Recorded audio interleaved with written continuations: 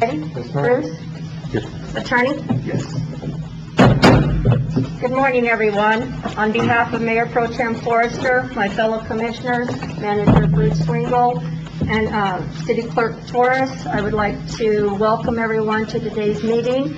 Today is Wednesday, August 25th, 2021. It is now 9 a.m. I will call this meeting to order. Madam Clerk, would you please call roll? Honorable Candelaria. Here. Honorable Randall Foster. Here. Honorable Paul Baca. Here. Honorable Randall Erga. Here. Honorable Francis Juarez.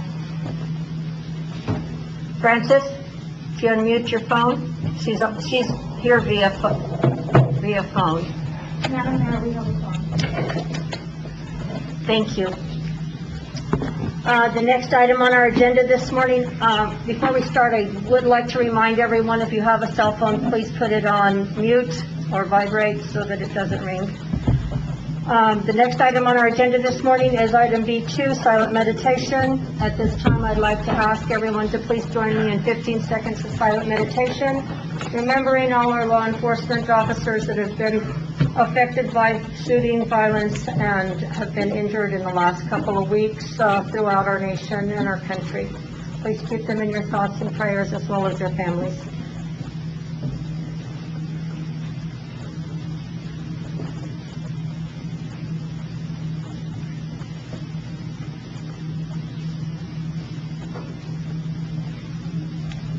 Thank you. The next item on our agenda is item B3, the Pledge of Allegiance. At this time, Commissioner Forrester, would you please lead us in the pledge? Yes, ma'am. I pledge allegiance to the flag of the United States of America and to the republic for which it stands, one nation, under God, indivisible, with liberty and justice for all. Thank you. The next item is item B4, the approval of the agenda. Commissioner Forrest will make the motion to approve the agenda. Commissioner Baca will second it. I have a motion made by Commissioner Forrester and seconded by Commissioner Baca for the approval of the agenda for today's meeting, August 25th, 2021, as submitted. Madam Clerk, would you please call roll? Honorable Candelaria. Aye. Honorable Randall Foster. Aye. Honorable Paul Baca. Aye. Honorable Randall Erga. Aye. Honorable Francis Juarez. Francis, are you on the line?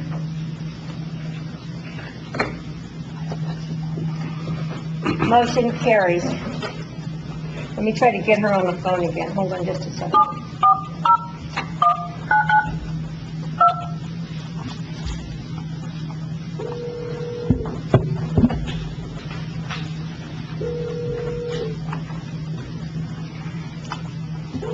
The next item on our agenda this morning is item C, public comments. At this time, my first public comment on the agenda is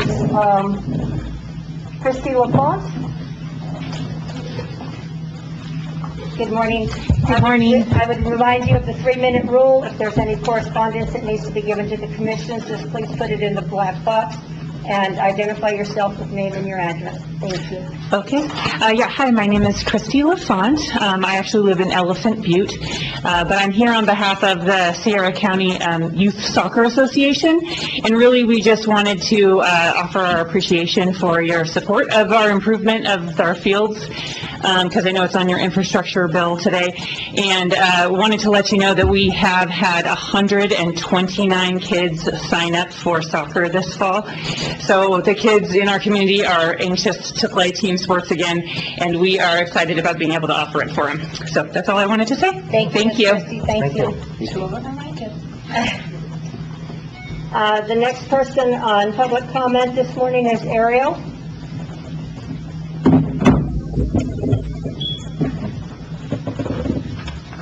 Good morning, Commissioners. Ariel Doherty, Caballo Road. The public welfare is the most significant obligation and honor of your role as public servants. What efforts do you make to achieve this sacred responsibility? What are your visions and interaction with citizens that you bring to the decisions that you make on our behalf? Who outside of your familiar circle, surely not just commissioners, have you discussed or sought advice on any of the issues on today's agenda? As a commission, you called for public input to improving our city's infrastructure. Sadly, city staff are depriving you to learn of contributions from citizens and how the city might progress. You might ask Tracy Alvarez what happened. These are not the ICIP submissions in the packet are governmental requests serving city departmental needs. These are not necessarily in service of the public welfare. Your confusion about serving the public welfare is overwhelmed by your response to a large, often familiar city staff with a vast host of needs. Those needs range from protection against dangerous dogs to desiring a new backhoe, a growing questionable choice in the age of global warming. The imposition of smart meters on all electric customers underscores how this commission fails to address the public welfare. Every presentation on the AMIs accentuated city worker concerns, never the advantages or good that such meters might bring to the public. You might think I stand here alone. I do not. 240 citizens signed the accompanying petition to rescind Resolution 52122. Many signed the petition because they clearly understood the resolution's vindictiveness. The actual wording your council has designed for the proposed public vote is highly problematic and bordering fraudulence. Why do you insist on constantly violating state laws, your oath of office, even your own laws and rules? Today you were to hear an appeal by me on Resolution 52122 based on the new rules that you put into effect on July 28th. Mr. Rubin, however, countered the process and had the item removed from the agenda. Why allow him to manipulate and control the public agenda? Most egregious and ironic, a city meter reader has disastrously misread my electric meter. The sloppiness makes a mockery of your outrageous $50 charge. I demand, when I demand, will your commission hear my appeal? Last, beware of white knight saber syndrome, but I've run out of time to explain. Maybe you will widen your circle of citizen input and call me for further information. Thank you, Ariel. You're welcome. Is there anyone else that would like to give public comment at this time? Good morning, Ron Fenn, 316 North Posh. I'm reading to you a letter that was sent to the Secretary of State's office for elections.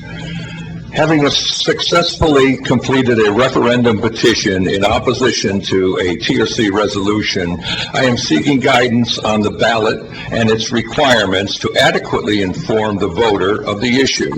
The City Commission is planning to pass a special election proclamation on the issue and denies provision for informed decision-making.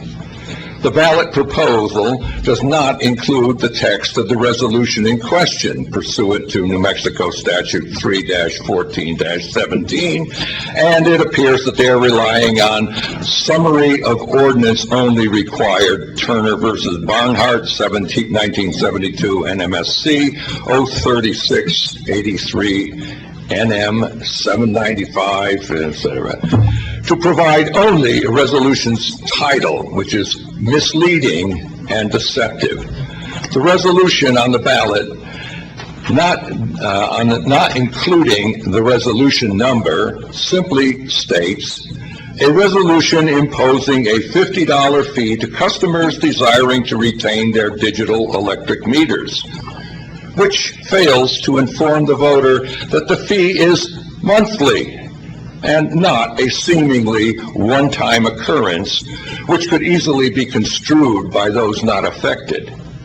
This appears on its face to be an attempt to defraud the voter and to accept the resolution which violates New Mexico's statute 62-8-1. Every rate made, demanded, or received by any public utility shall be just and reasonable.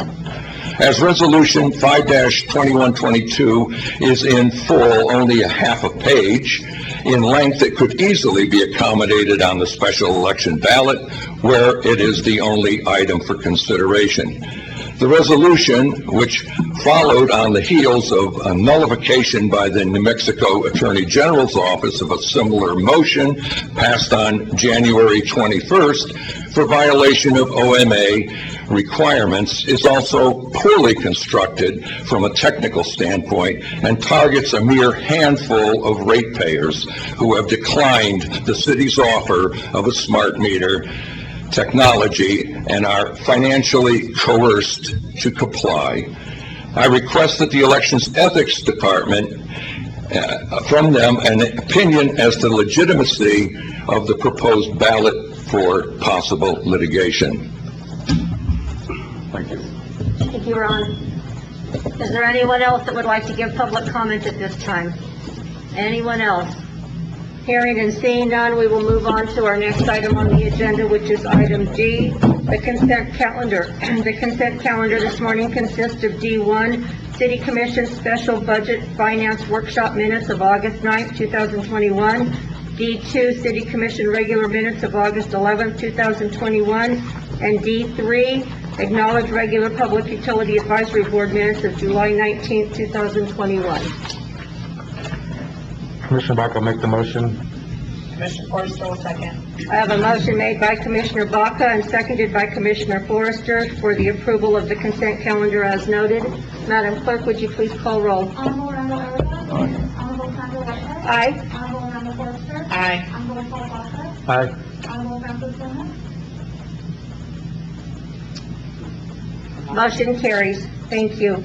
The next item on our agenda this morning is item E, ordinances, resolutions, and zoning. E1, discussion action resolution number 162122 in support of the Infrastructure Capital Improvement Plan, ICIP, for the Sierra County Joint Office on Aging, SJOA. Crystal Walton, our SJOA Director.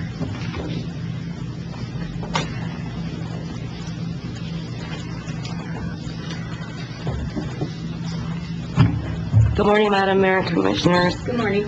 I've given over the listing and we've had it ranked out according to the Board of Directors meeting that we held. And the items are listed in sequence of what we feel is the most needed and then on down to the least needed.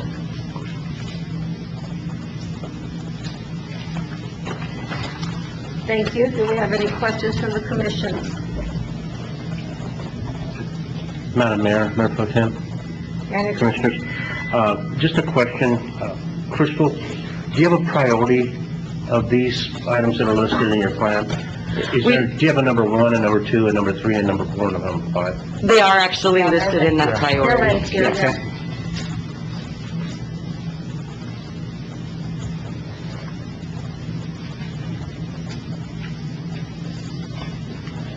So we're just approving the support of this, correct? Yes. Okay. All right. Commissioner Forrester make the motion to approve E1. I have a motion made by Commissioner Forrester and seconded by Commissioner Aragon for the approval of resolution number 162122 in support of the Infrastructure Capital Improvement Plan, ICIP, for SJOA as noted in the program. Madam Clerk, would you please call roll? Honorable Sandra Whitehead. Aye. Honorable Amanda Forrester. Aye. Honorable Randall Aragon. Aye. Honorable Paul Baca. Aye. Honorable Francis Simmons. Nope, motion carries. Thank you. The next item on our agenda this morning is item E2, discussion action resolution number 172122, approve resolution list and ranking for the fiscal year FY 2023 through 2027 Infrastructure Capital Improvement Plan, ICIP, as required by DFA. Tracy Alvarez, our Assistant City Manager. Mayor Pro Tem, Commissioners, what you have included in your packet is going to be a list of 61 projects. This list was comprised with the input from city staff and department heads. I've also included the only public input that we've received. I handed that out to Commission this morning, public input that was received on suggested projects. Commission is being asked to add, remove, and rank the projects that you see before you. We do have department heads here to answer any questions on any of the projects that they have. Do accept apologies from wastewater director Jesse Cole. He's out on a job right at the moment, was unable to attend, but either Bruce or I can address any questions you may have on his projects. And with that, I will turn it over for commission discussion. Tracy, let me ask, since you have been working pretty closely with all of these departments and you've been working a lot with this ITIP, can you kind of just give us a rundown of what is the most important and the critical at this time? Well, they're ranked, right? No, this is a draft. They're not Yeah, ranked they're in not any ranked, specific yeah. order whatsoever. What you'll see is the ones that are listed at the top were just some that are carrying over from previous year, not necessarily in order. And the remaining ones are just kind of, while I was going through the list as I was entering items. So there's absolutely no, Because it does say they're written, it says ranking and it has them ranked on our when I complete it, they'll actually be spread out through the different years. Some of these projects that maybe are a lower priority might be over in the 2027 year and not in the 2023 year. Okay. So, and Mayor, in answer to your question, I think infrastructure is always the obvious choice. We always have the issues with our water, there's wastewater concerns, our streets. But at the same time, our different departments also have various equipment needs and stuff too. I think, Manager Swingle would be a good direction on where to proceed if you're. All right, thank you. Commissioner Aragon, you had a comment? Yes, ma'am. Trace, didn't we rank these at one time? Every year, we have to review and rank projects, so. But I thought a few months ago, I thought we ranked these. No, we discussed them, but we kind of tabled them, and then we had, the public come with our ideas, so now we're going through and ranking them. Manager Swingle, could you comment on this, please? Thank you, Mayor Pro Tem, Commissioners. You're going to rank the top 5. Everything that's on the list is eligible for funding. But you want to rank the top 5 because that's what the legislature asked for. It's important to have a combination of projects and price ranges in that the top 5 are generally the ones that your local legislators try to fund, one or two or all 5 of those projects. We don't know how much money each representative and each senator is going to get. Typically, it's going to be about $900,000 to $1 million for a rep, 1.2 to 1.5 million per senator, but that varies every year. So they've got to accommodate and provide funding for all of their district, which is generally includes 9, 10, 11 local governments and counties in that. So they want to, they've got to diversify their money into the region. So like the rank, it shows a rank here, but that is not drawn at random. That rank is just the list that they've entered in the system, basically. But It will be put into a ranked order, at least the top 5, when you give us what that order will be. about a month prior to your arrival, Bruce, we ranked a bunch of things. It was like water and sewage. We thought it was very important. In fact, I remember the multi-generational thing. We found out it had been ranked around 6. So Mayor Pro Tem, am I right? You are correct, but I think it was done a little bit longer than you're thinking, because we presented it, Retreat maybe? Or... we did it at the retreat, but then we ranked our top 5, and then we presented it to, Diamond and Dow, and you were the county manager at the time, and we were all. A lot of these were on there. Yeah, and they're always going to be on here because this is a list that we kind of work because it's a 5-year plan. Okay. So we have to rank our top 5 to send to the legislator for. And I think the top of the heap was all water and stuff like that, infrastructure stuff. Correct. If I'm not mistaken, Yes. which is a no-brainer for our city. Right, however, if you ask for, $5 million and put that as your top priority, you're not going to get $5 million worth of funding from our legislative delegation, because they don't have that kind of money. But it's still eligible for capital outlay, it's still eligible for, it's important to understand where the capital outlay funding, where it comes from. 1/3 of the funding comes from your state representatives, or goes to the state representatives. 1/3 goes to our senators, and 1/3 goes to the governor. So since we have less senators than we do representatives, each senator gets a little more money than what the rep has.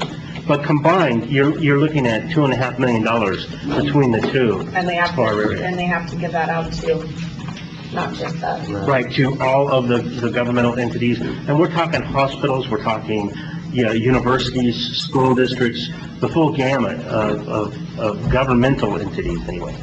So, as I said before, it's important to have a variety of projects in the top 5 that are, in the $100,000 range to your larger projects, which are many millions of dollars. Those likely are not going to get funded from our legislatures, but it's still capital outlay funding that we can get. I think a lot of people believe that if it's not in the top 5, it's not going to get funded. That's not the case. I mean, I've had years in the county where the only projects that we did get funded weren't even in the top 5. But it all depends on the availability of funding and the will of our legislators and the lobbying that everyone does after. So just to start the process up, we've had a number of community meetings, public hearings. We've had the Parks and Rec had a workshop on this, and we had tremendous interest in the soccer complex. That was one of those. And that's a project that's about $230,000. That's a very good one to have in our top 5, because that's something that our legislatures can absolutely fund. Ms. Tracy, you had a comment? Yeah, Mayor, the county commissioners, it's also important to note that anytime I apply for any type of funding, it weighs heavily on the ranking on whether or not that project's listed on our ICIP. And it doesn't matter whether it's ranked number 1 or number 61. If I'm applying for DOT funds, or I'm applying for NMFA, Colonias, or USDA, BOR, or Clean and Beautiful even, that's more specific, it asks, is this listed on your ICIP?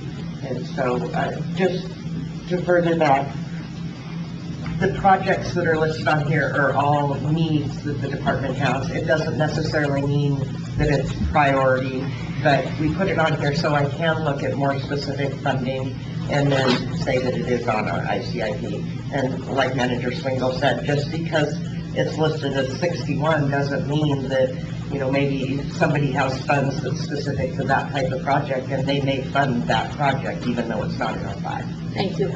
I see some department heads in here, so what I'm going to ask is each department head to come up and at least give us 5 minutes of what you need and what is critical in your department. And I see Tara, can you come up first, please?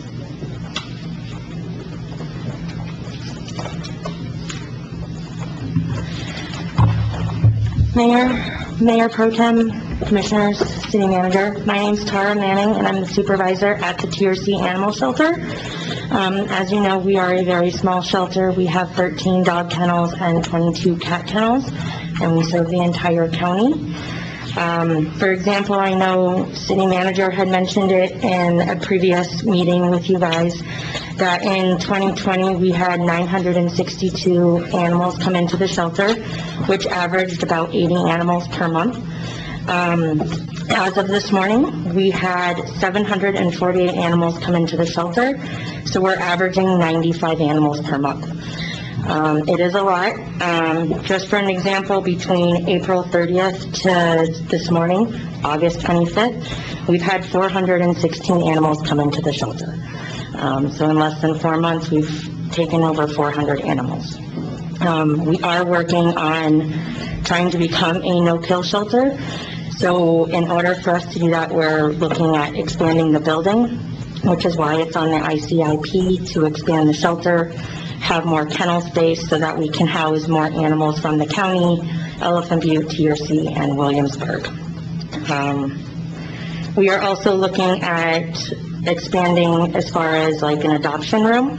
That way we are able to house, do 2 adoptions at the same time, one in our current play yard thanks to SCARS. We're putting that in last year, and then one inside.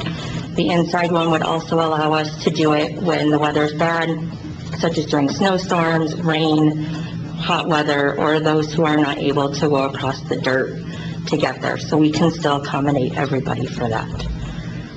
Thank you, Ms. Tara. Is there any questions from the commission? Manager Swingle.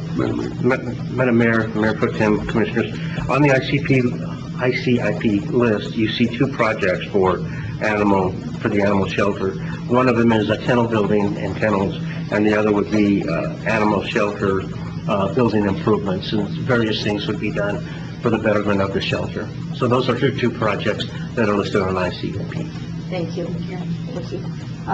Commissioner Aragon. Thank you, Mayor.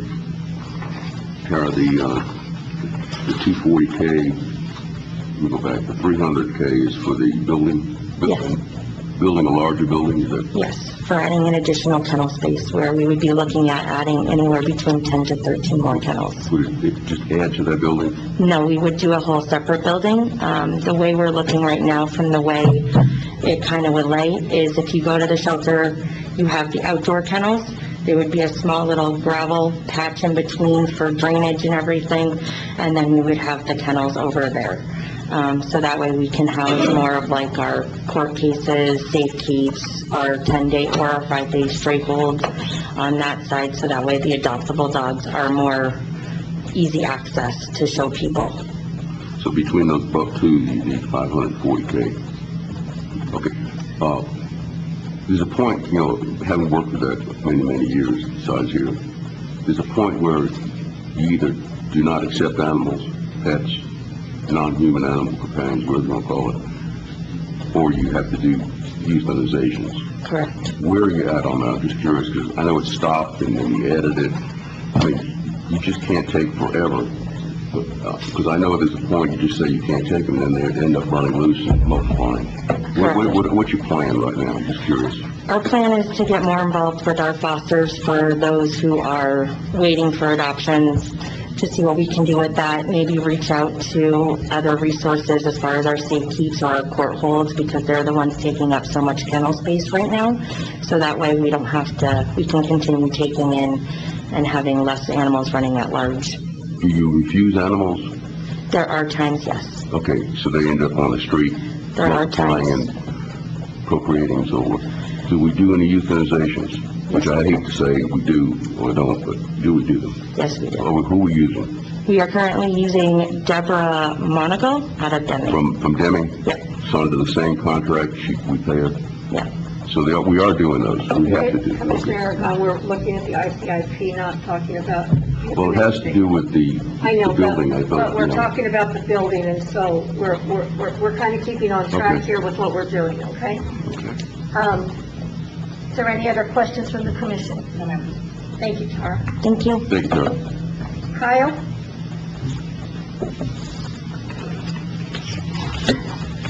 Good morning, Mayor, Mayor Pro Tem, Commissioners, City Manager. So I believe we have 3 projects on the ICIP. Number 1 would be a shade structure for the pool, and I already got a quote for it. For one that's about 30 feet long and 15 feet wide, we'd be looking at about $15,000, not including installation. If we wanted to make it bigger or anything like that, cost would increase, and so we're out with that. Is that the one, Kyle, that's for 30,000? Yes, ma'am. Okay, thank you. And then I believe the one under that is phase 1, which is planning and engineering of a new pool facility. I believe that's a very important piece of what our community needs moving forward. And then the third one, I believe, is facility improvements, and that is just including a new pool water heater. That would be anywhere from $30,000 to $60,000. Shower and changing stalls, just to kind of make the pool a little bit more private whenever people are changing and things like that. That would cost us about $10,000. New thermal covers to help us retain some of that heat in the water, so we're running the heater a little bit less. Those could be, I think, around $20,000 as well. And then finally would be a automatic pool vacuum and lap lanes, things like that. And I believe a bulkhead is on there too. Do you guys see that? Okay. A bulkhead is, I got the actual definition right here. So it's a structure that can separate a pool into different sections. Typically, these structures rest on the pool gutters and are movable to allow the pool to adjust to accommodate different activities. And the benefit of that would be we would be able to shorten our pool length to 25 meters, which is competition. And we would be able to host events and possibly bring in revenue from those, so. Thank you. Commissioner Forrester? What out of your, I think you have 4 requests here, what is your top? Number 1 would be stage structures, and then number 2 would be the planning and zoning, or the planning and engineering of a new pool facility. Commissioner Baca? How would this work if we did do the shade structure? Would that interfere with if we ever had to,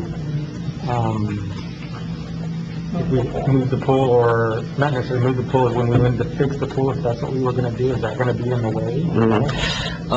So the pool is getting fixed in September, so I don't think it would be a problem moving forward, because I don't think the shade structure would happen relatively that soon, so. Commissioner Forrester? Sorry, this pertains to Tara. I didn't ask you the same question. Out of your 2, what is your top? You have the kennel building and then building improvements. The kennel building. Thank you. Are there any other questions or comments? Manager Swingle? No, thank you, ma'am. Thank you, Kyle. OJ and West?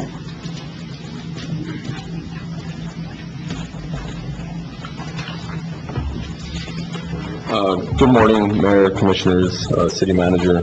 Ryan couldn't be here this morning, so I'm going to be speaking on behalf of the Parks Department. What you see is we've got soccer field improvements on there for $230,000. In discussions with Ryan, and I know Ryan's reached out to some of the soccer coordinators as well, we feel it would be best on our behalf if we would request that we do artificial turf for the soccer field. You guys know we recently, about 4 or 5 years ago, we planted grass out there. The affluent pond that we currently have with our pumps and things of that nature, trying to keep up on that, we didn't know if it was going to be able to be sufficient for 2.5 acres of grass. We've done our very best to keep up on that, and it's been, I mean, it's been lackluster to say the least. So we would request artificial turf, and what Ryan put together here was roughly $150,000, and it would be the size of a football field. And then obviously we would need trash receptacles, bleachers, and shade, and that's how you come up with your $230,000. So that was one item on the list. Another item on the list is Ralph Edwards Park Phase 2. I can speak on part of what that would look like. We know we need we know we need the gazebo first and foremost. We know that's a priority. We have funds to cover roughly half of the gazebo. I just spoke with the contractor this morning to give me some rough numbers on what the gazebo would look like if we decide to go with metal. Single tier, we're looking at $50,000 to $60,000 right now with metal prices. Double tier would be looking at $70,000 to $80,000, and we have roughly half the funds to cover that currently. And then new bathrooms, and then eventually, you know, we're gonna have to look into playgrounds and the skate park as well. So we threw in a number there at $300,000. Bathroom facilities are expensive, and we would want to go commercial, you know, where they're tamper-proof, and then people can't, you know, vandalize and things of that nature. So those would be my top 2. We've also reached to Ralph Edwards Park Phase 2 and the soccer field, sir. Okay, I'm gonna ask you too, which is his number 1 between the 2? If we can resurrect the gazebo out at Ralph Edwards Park, I would say that the soccer field currently right now would be number 1. For the simple fact that we've got 130 kids. We've put together a lot of effort on the ball fields, the baseball fields in recent years, last 4 or 5 years. They've really come a long way. It's time now to do the soccer field, so that would be my number one. So. Thank you. Are there any other questions from the commission? Manager Swingle? Thank you, Mayor Pro Tem, Commissioners. Also, kind of under Ryan's section, it's not really a park, but the cemetery. Correct, and I can speak on that. So currently, if anybody goes out to the cemetery after a hard rain, there's some erosion issues out there. It's right on the bottom of the hill. It all runs down. Our chain link fence out there is, every time it rains, it becomes a little more buried, a little more buried. So we would want to address, through an engineering plan, address erosion issues. And then once the erosion issues were addressed, contract the installation of new fencing. The fence is in, it's in pretty bad shape in some spots. Construct a shade pavilion for internments. Currently, we don't have a shade structure out there. And in some of these internments, we get a couple hundred people at some of these internments. And then professionally map out plots and provide informational kiosks. If I don't know where my loved ones are and I go to that cemetery currently, I don't know where I'm going. They call the clerk's office, we do grave locates, and then a park staff member has to go out there and find the grave for the customer. If you guys go to Hot Springs Cemetery, this is how I know this can be done. They've got a map up on the shed there, and it tells you where you're at on the cemetery. And then they have a book where you can look up the last name in the index. It tells you what row, section to go look for your loved one, and you can find them. And that's what we'd be requesting for that, if that makes sense. So. Yes, thank you. Yeah. Would that be something, I know Ryan has talked to us before about kind of getting digital layout of like even Ralph Edwards, where they gives you lots of things. Would that be something that could be incorporated into that as well? Go look on their phone, and same type of thing too. You could. There's a lot more plots out there. I know I've done numbers on this before, I can't remember, but there's literally thousands of people buried out there right now. So I don't know what that would look like digitized. We've talked about doing that with some of the rental agreements at Ralph Edwards Park when somebody wants to rent a spot, and that's what we're working on currently. So. And I'll just make one more comment too about the gazebo. We're almost to the end of this year. Okay, so we've got a winter to work through this. We need to get something moving here in the next couple of months on the gazebo. We're going to talk about it at our rec board meeting and get some of their advice. We're going to have a public input meeting as well on what the gazebo should look like. And then we should move forward with that and hopefully get something up before next spring. So that's all I'll say with that. So. Thank you, sir. Any questions? Thank you, guys. Thank you. Wes? Mayor Pro Tem, Mayor, Commissioners, City Manager. I have four on my list. The first one is golf irrigation improvements.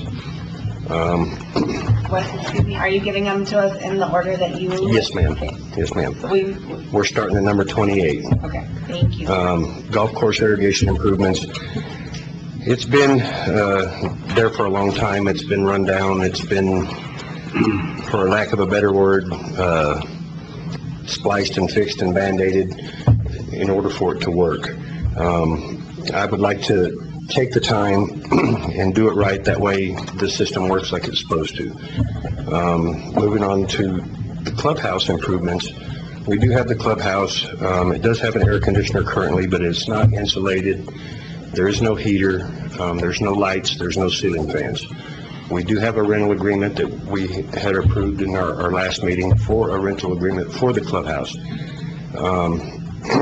I think that's important for us to get that facility up and comfortable for people to come in.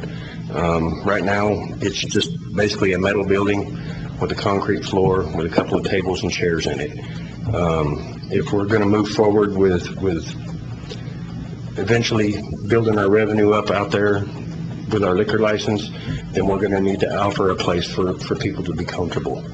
The grounds improvements, that's just basically the ditch that runs through the middle of the golf course, which, as you know, every time it rains real hard, we get flooded out. We're constantly have to improve that. That needs to be addressed eventually in one shape, form, or another. In fact, this morning, the city had a water break west of the golf course somewhere, and when I left to come here, it was flooding out the golf course. So we need to improve on that. And then the last one is just ground maintenance equipment, and that would just be one piece of equipment. We have 4 pieces of equipment. They're all in pretty good shape except for the 4th one. It's old. It's 2007. Golf course equipment tends to start costing you more money than it's worth after a few years. And I would like to at least replace that one piece of equipment, and that would be the T-box mower. And that's all I have. Thank you. So your priority here is the number 1 item that you... It would be irrigation and clubhouse. Perfect. All right, thank you. Are there any other questions from the commission? Thank you. Thank you. Danny?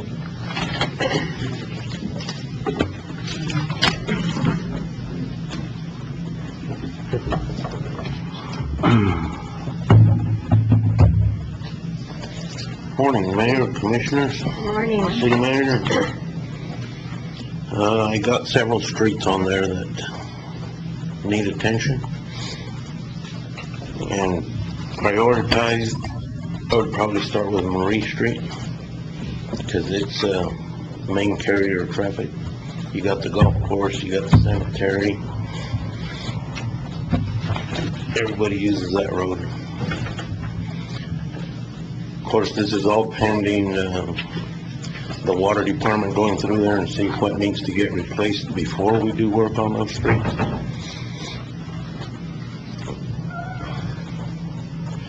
And then I got a water truck I need. Water trucks are always in water.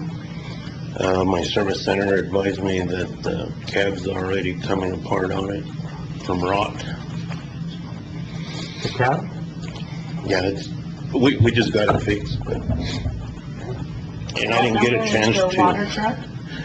What number on here on the list is your water truck, Benny? 42?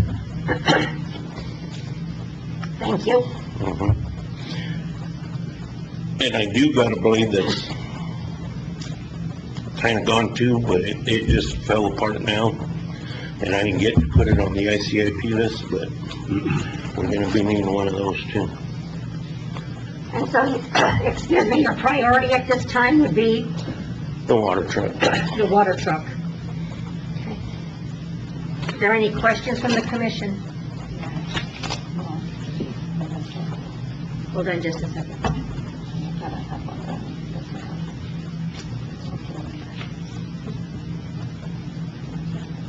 And we don't know, for the Marie Street, we don't know what water and wastewater needs to do there first. Yeah, I think it's in pretty good shape because there's no water cuts on it. So that's why I put that one as the first one to start with. Is, on the Marie Street one, is that gonna also consider or include the sidewalk? And not right now, no sidewalk, Just the street? just the street.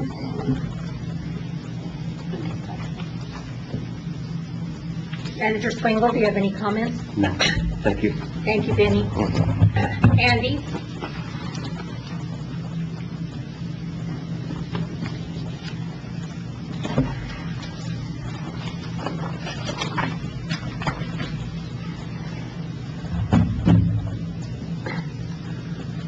And if you will give us your number, what you're referring to on the list, if you will, please, so we can follow along with you.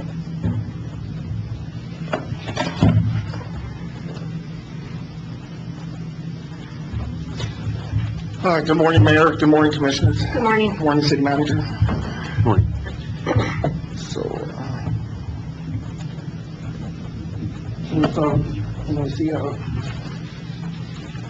sorry. I mixed up my papers, so you want to start with solid waste or fleet maintenance first? It's, Whichever one you want to start with, okay, let's go ahead and start with solid waste. okay?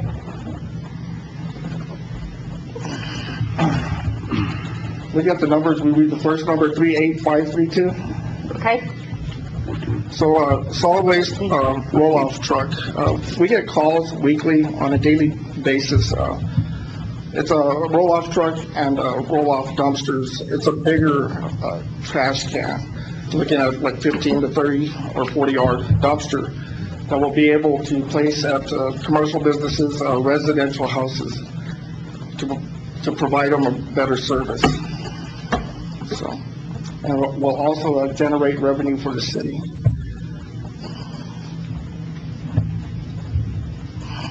My recycling bay, the lighting in the recycling bay, I'm gonna say it's the original lighting since 1997. And, that's where we do all our recycling in there, and it's dark right now. The lighting, it's black in there. And, you know, equipment runs through their forklifts and backhoes and stuff. And the employee needs to see where they're going, so. And you talked about that previously, about how bad the lighting was in there. Yes, ma'am.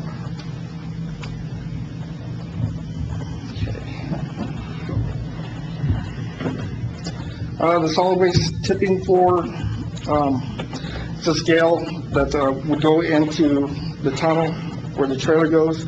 It would, right now we're guessing how much weight, how much refuge we're putting in that trailer and guessing the weight of it. Which if we overload it, we have to run that trailer back around and unload some of that trash out of there, which costs time and money. But this scale would, weigh it and would display the weight on a digital screen up here, letting the loader know when to stop or if he needs to add more. It would be a cost savings to the department.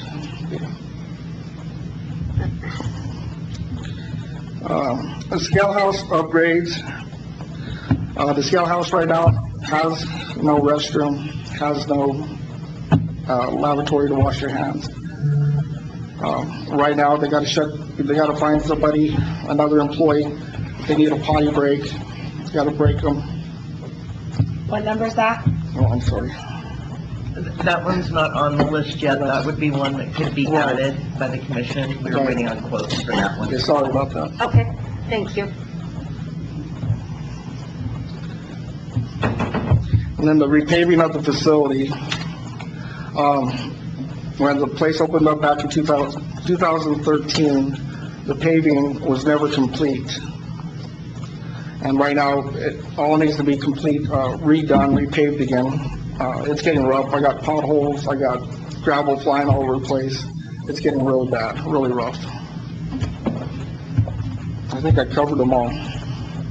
And for solid waste, your number one would be the roll-off truck? Yes, ma'am. Yes, ma'am. That would be a really good. Can you explain the roll-off truck and the dumpsters?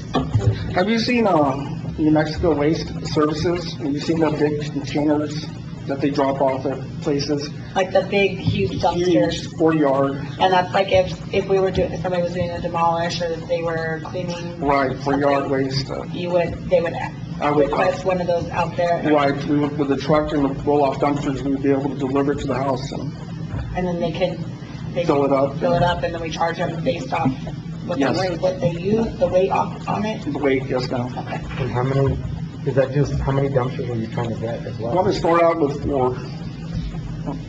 And I'm assuming that's what the roll-off truck is to carry those, Yes, correct? Does that figure include the 4 dumpsters as well? yes. Okay. Oh, I'm sorry, so like, Okay, that was all my questions. Thank you, Andy. Now on to fleet.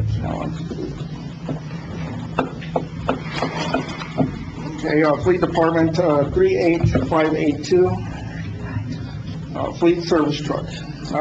We do have a service truck, but it's a 1994, and they had another truck, so we're able to take parts from one truck and put them on the other part.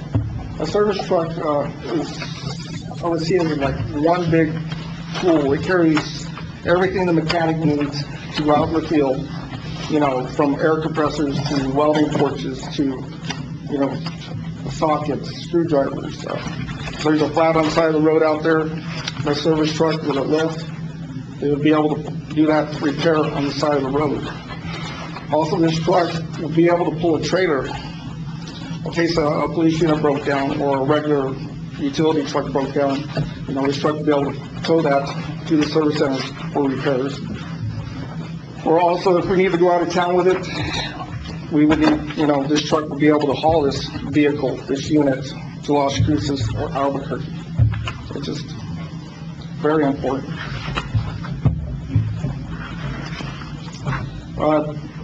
Fleet service diagnostic machine. A diagnostic tool, because a lot of these newer vehicles and trucks, even heavy equipment, have computers, lots of computers. And they're not able at this time to read codes, because if something goes wrong, it gives you a code on the dash that there's a problem in a certain area. This will also save, because right now, we have to send a lot of our equipment to dealerships or heavy equipment shops out of town, like Las Cruces, Albuquerque. With this tool, they would be able to test it there at the shop, and it would save the city money, the department's money. A forklift, that comes in handy too when changing tires, like on backhoes and scrapers. They're huge tires. Even regular semi trucks comes in handy. And we're just working on a Benning's blade from the street department. They have to borrow my forklift to pull a hydraulic tank out of this grader. So very important too. So you do have a forklift right now, or you don't have a? We don't. So you borrowed Benny? No, they borrowed the sanitation department. Gotcha. If that puts the sanitation department in a bind, because they got a bill and pull these bills out. So it stops the operation there when they have to borrow the forklift. Fleet service equipment lift. This lift will be able, like my trash trucks or Benny's dump trucks or both bucket trucks, they would be able to drive it onto this lift, and this lift would raise it up, and they would be able to get under there and do oil changes or brakes. It would make their job so much easier, more beneficial. Fleet service improvements. Right now on the south side, there's a big cement pad where they work on the vehicles. We're looking at some type of covering or awning for these mechanics when they're working outside, because a lot of this bigger equipment can't fit inside the shop. So, an awning or shade to keep them out of the weather, also for safety reasons. So. And what is your most important and your priority on this list? Well, a service truck. The service truck. Are there any questions from the commission? And go ahead. Your service truck would be mainly, like, if you needed to haul a different vehicle down to Cruces to get work done, is that what? For that purpose too, but also that service truck would provide the service. If a unit broke down, they were able to take that service truck.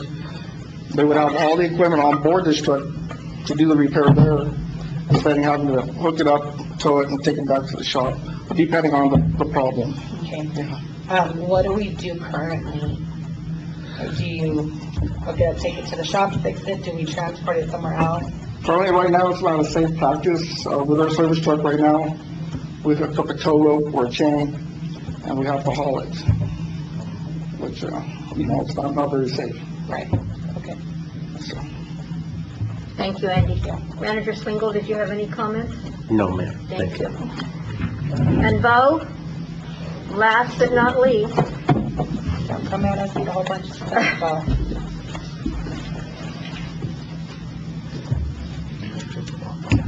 Morning, Mayor Pro Tem, fellow commissioners, City Manager Bruce. So on your first page, at the very bottom, line item 36714, substation primary underground feeder replacement. So we have 6 circuits that feed the whole town. And, we have primary underground that comes from these breakers that go underground to the 3-phase line that feed out into town. This primary underground is very, very old, put in back in the 70s, needs replacement. Page 3, line 38591, substation electrical breaker replacement. So we have 2 mains and then the 3 circuits, and then we have a tie breaker. The tie breaker circuit separates the transformers, but these breakers are very, very old. They also need to be replaced. This substation south transformer, we're in the process of doing an RFP on the north one. The south one, I'll be doing some rehab work on it this fall when it cools down, when we can take it offline. That should last us another year, 2 years, hopefully. But it is very old, it needs to be replaced. And that's number 12, 36714, or are you talking about? The 38590 substation south transformer. It's listed as number 43. Yep, see it. Okay. And then the 34164 electric pole and conductor replacement. There is some poles and conductor out there that we need to replace. The conductor is the old copper, hard drawn, that needs to be replaced. And then the 38593 electric capacitor replacement. We have 6 capacitors out there on each circuit. They are old. 2 of them are not working right now, that need to be replaced. And then the 38592 electric substation transformer structure switches. So on the transmission line that comes in, we have structures right before the transformer where there's switches up there. They are very old. They need to be replaced also. I stand for any questions. Thank you. Priority. Priority, yeah. What's your number one priority? The number one was, as a matter of fact, I believe this was on the ICIP last year, was the substation primary underground feeder replacement. Okay. And then Number 12. Number 12, yeah. And then the number 2 is the electrical substation breaker replacement, was the 38591.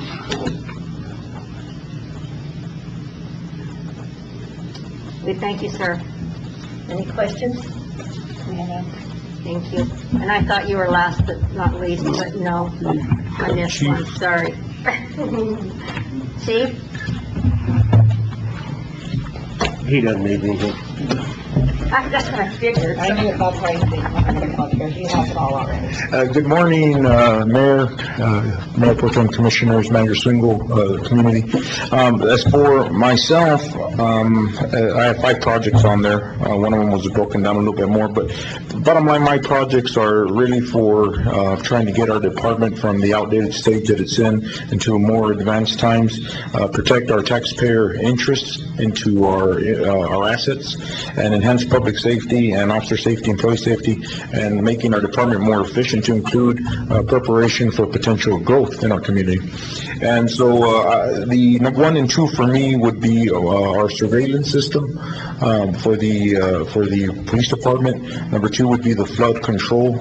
As you're aware, we sit at the corner of Clancy and McAdoo, and that water runs right through there by the Sierra Grande Lodge, and it's a main highway because of the DOT byway, and so a lot of that water winds up coming into the police department. There have been prior incidents. They have done some work and it's helped, but it is still, we do have occasions where it does come in to the police department, and so trying to protect that area from further damage. I am in a little bit more unique position than my fellow department heads because some of these projects could possibly be funded by our gross receipts tax for public safety, which would maybe help them out and get them higher up on a list on their projects. I think I can accomplish the surveillance system and the building card access system, maybe through that funding, and some other areas, because they do involve public safety matters. I don't know about the flood control. That would probably be the number one if that was the case. If we could not address some of these, the flood control would bump up to number one, because... Number 18, correct? Yes, correct, 18 and 56, Commissioner. Question. Thank you. Go ahead, Commissioner Aragon. Chief, the surveillance system, what would that be? So the surveillance system, it would be for the video surveillance system for the entire police department. Somebody walking in there, you can see them on video? From the lobby to the evidence room, to the exterior, to the officer's room, to the holding cell, the armory. I mean, every critical area that we have. Our parking lot, as you're aware, we do have vehicles that we leave parked out there. Right now, there is no current, surveillance of those vehicles. The building, security, somebody could go in and do something there. We wouldn't. I mean, we wouldn't have any of it. It's to protect the integrity of the building. Okay, Bruce, the chief mentioned the GRT that you have. Isn't there there's a bunch of the GRT that they have available? No? It's taken out, spread out. The GRT revenue right now is pretty solid. Yeah, because, to fund both of those, we're talking about 175K. I know you got more than that in there. Yes, sir. That's a no-brainer, right? That's correct, sir. Yes, sir. Without being... That's correct. That's why I mentioned, Commissioner, that I think I'm in a unique position. I threw them on there because, those are capital improvements, but I am in a unique position, Commissioner, that we could address those through other means, as you mentioned, through the GRT, which I believe is in a healthy... I think that needs to definitely be done, but... that flood thing's been going on for years, and, that's not too healthy. Walk around in mud in the building. So anyway, thank you. Thank you, sir. Thank you, Chief. Thank you, Madam Mayor, Mayor Pro Tem, Commissioners.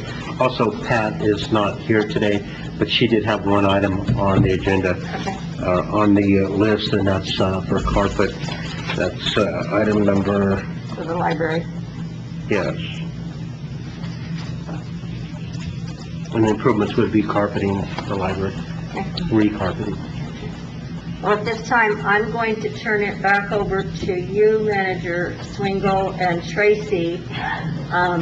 We've listened to our department heads. We've got our list of ICIPs here, so you guys need to let us know, if you can, what you feel are the priorities to be submitted at this time. Commissioner Forrester.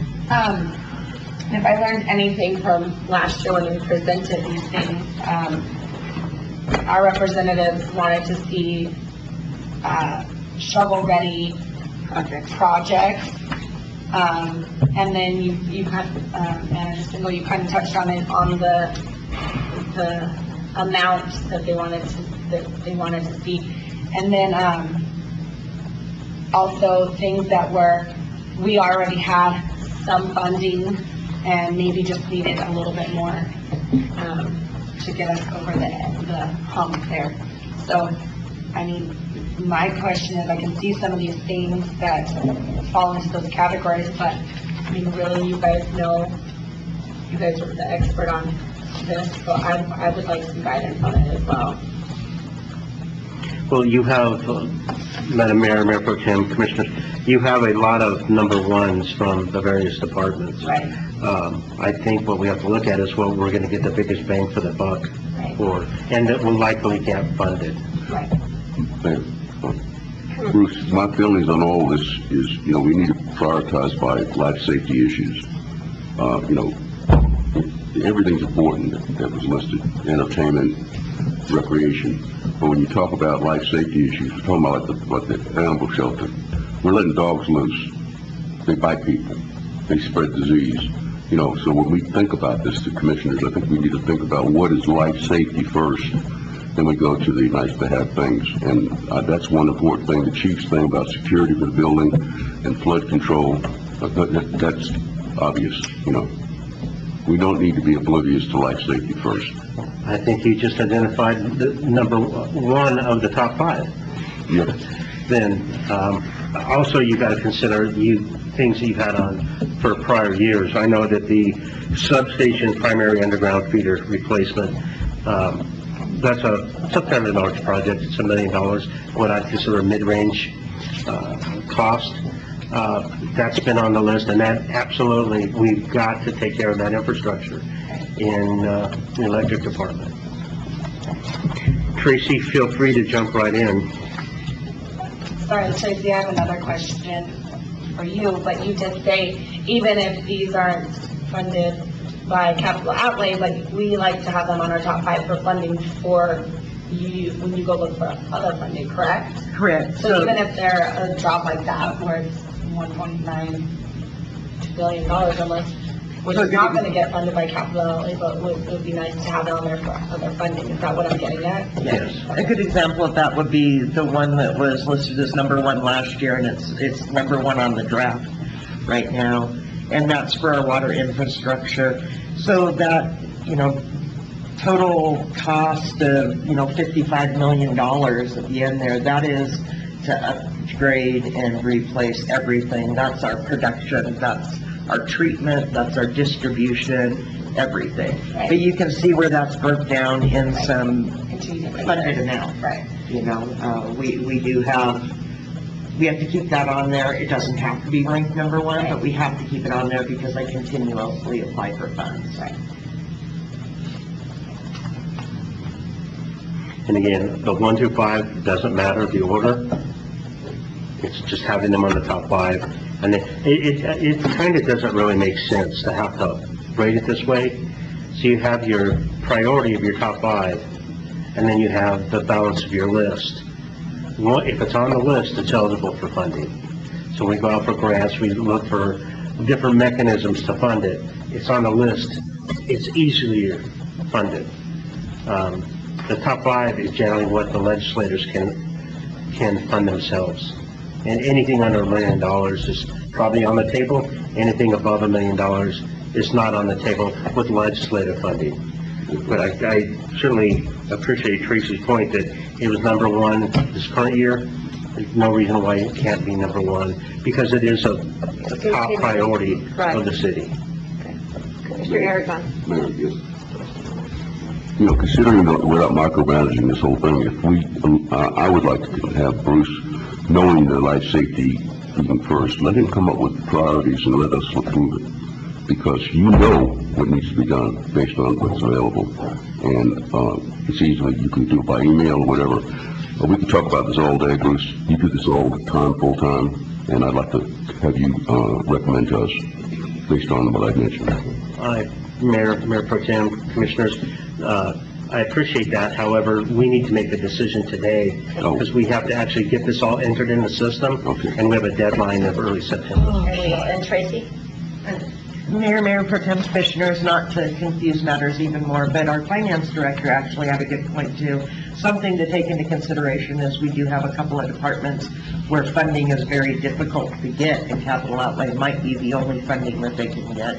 Electric department is one of them. It's really hard for me to find grants for electric. And then the solid waste and the fleet department, it's difficult to find grants for solid waste and fleet unless, we're building a whole new center for solid waste, which we are. Parks department, there's some stuff, it's usually a minimal amount that you can get funding. But as you guys know, I've come to you for funding from, NMFA for Colonias and Water Trust Board and, most recently USDA for our water. It's still a high priority, but there are grants and funding out there other than capital outlay that we can continue to seek. But as you know, grants come with loans and cash match, so we can use capital outlay in matching funds. Commissioner Forster. Okay, so another question, I'm talking about that, the one that's on there right now is number 1. Do we want to leave it as number 1, or we want to move it to like 6 because we want to show our top 5 to our legislators? What is your opinion on that? I'm fine as long as it's listed on my ICIP somewhere. Anywhere, right? Bruce might have a different direction on that. And Mr. Engel, do you have a different opinion on that? I do not. Okay. So, it was mentioned about the animal shelter. So could that be one of our top priorities? Well, Yes, and it is a life safety, matter. Okay.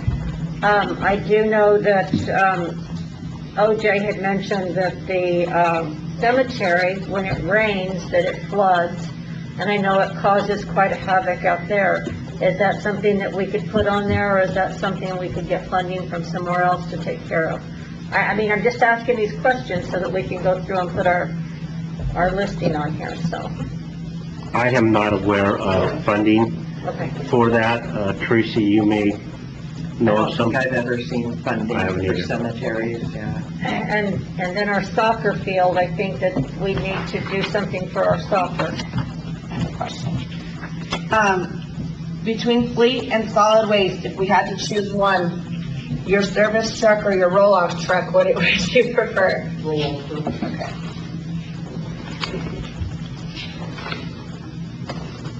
If we did the service truck, just hypothetically, I think we should do the trailer as well.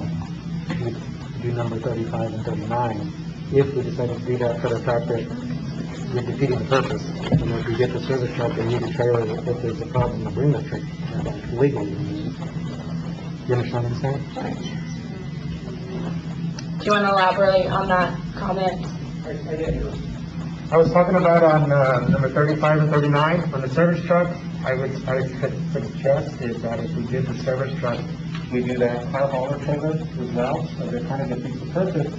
We'd be hauling a vehicle that's technically, I believe it's not even legal, to pull a vehicle of Chelsea. You would need that trailer to haul the Trailer. food. Yeah.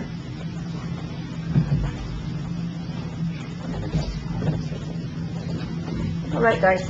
And once this list is put together, and, you know, the legislature is in session, we'll be lobbying, of course, for our projects, all of our projects.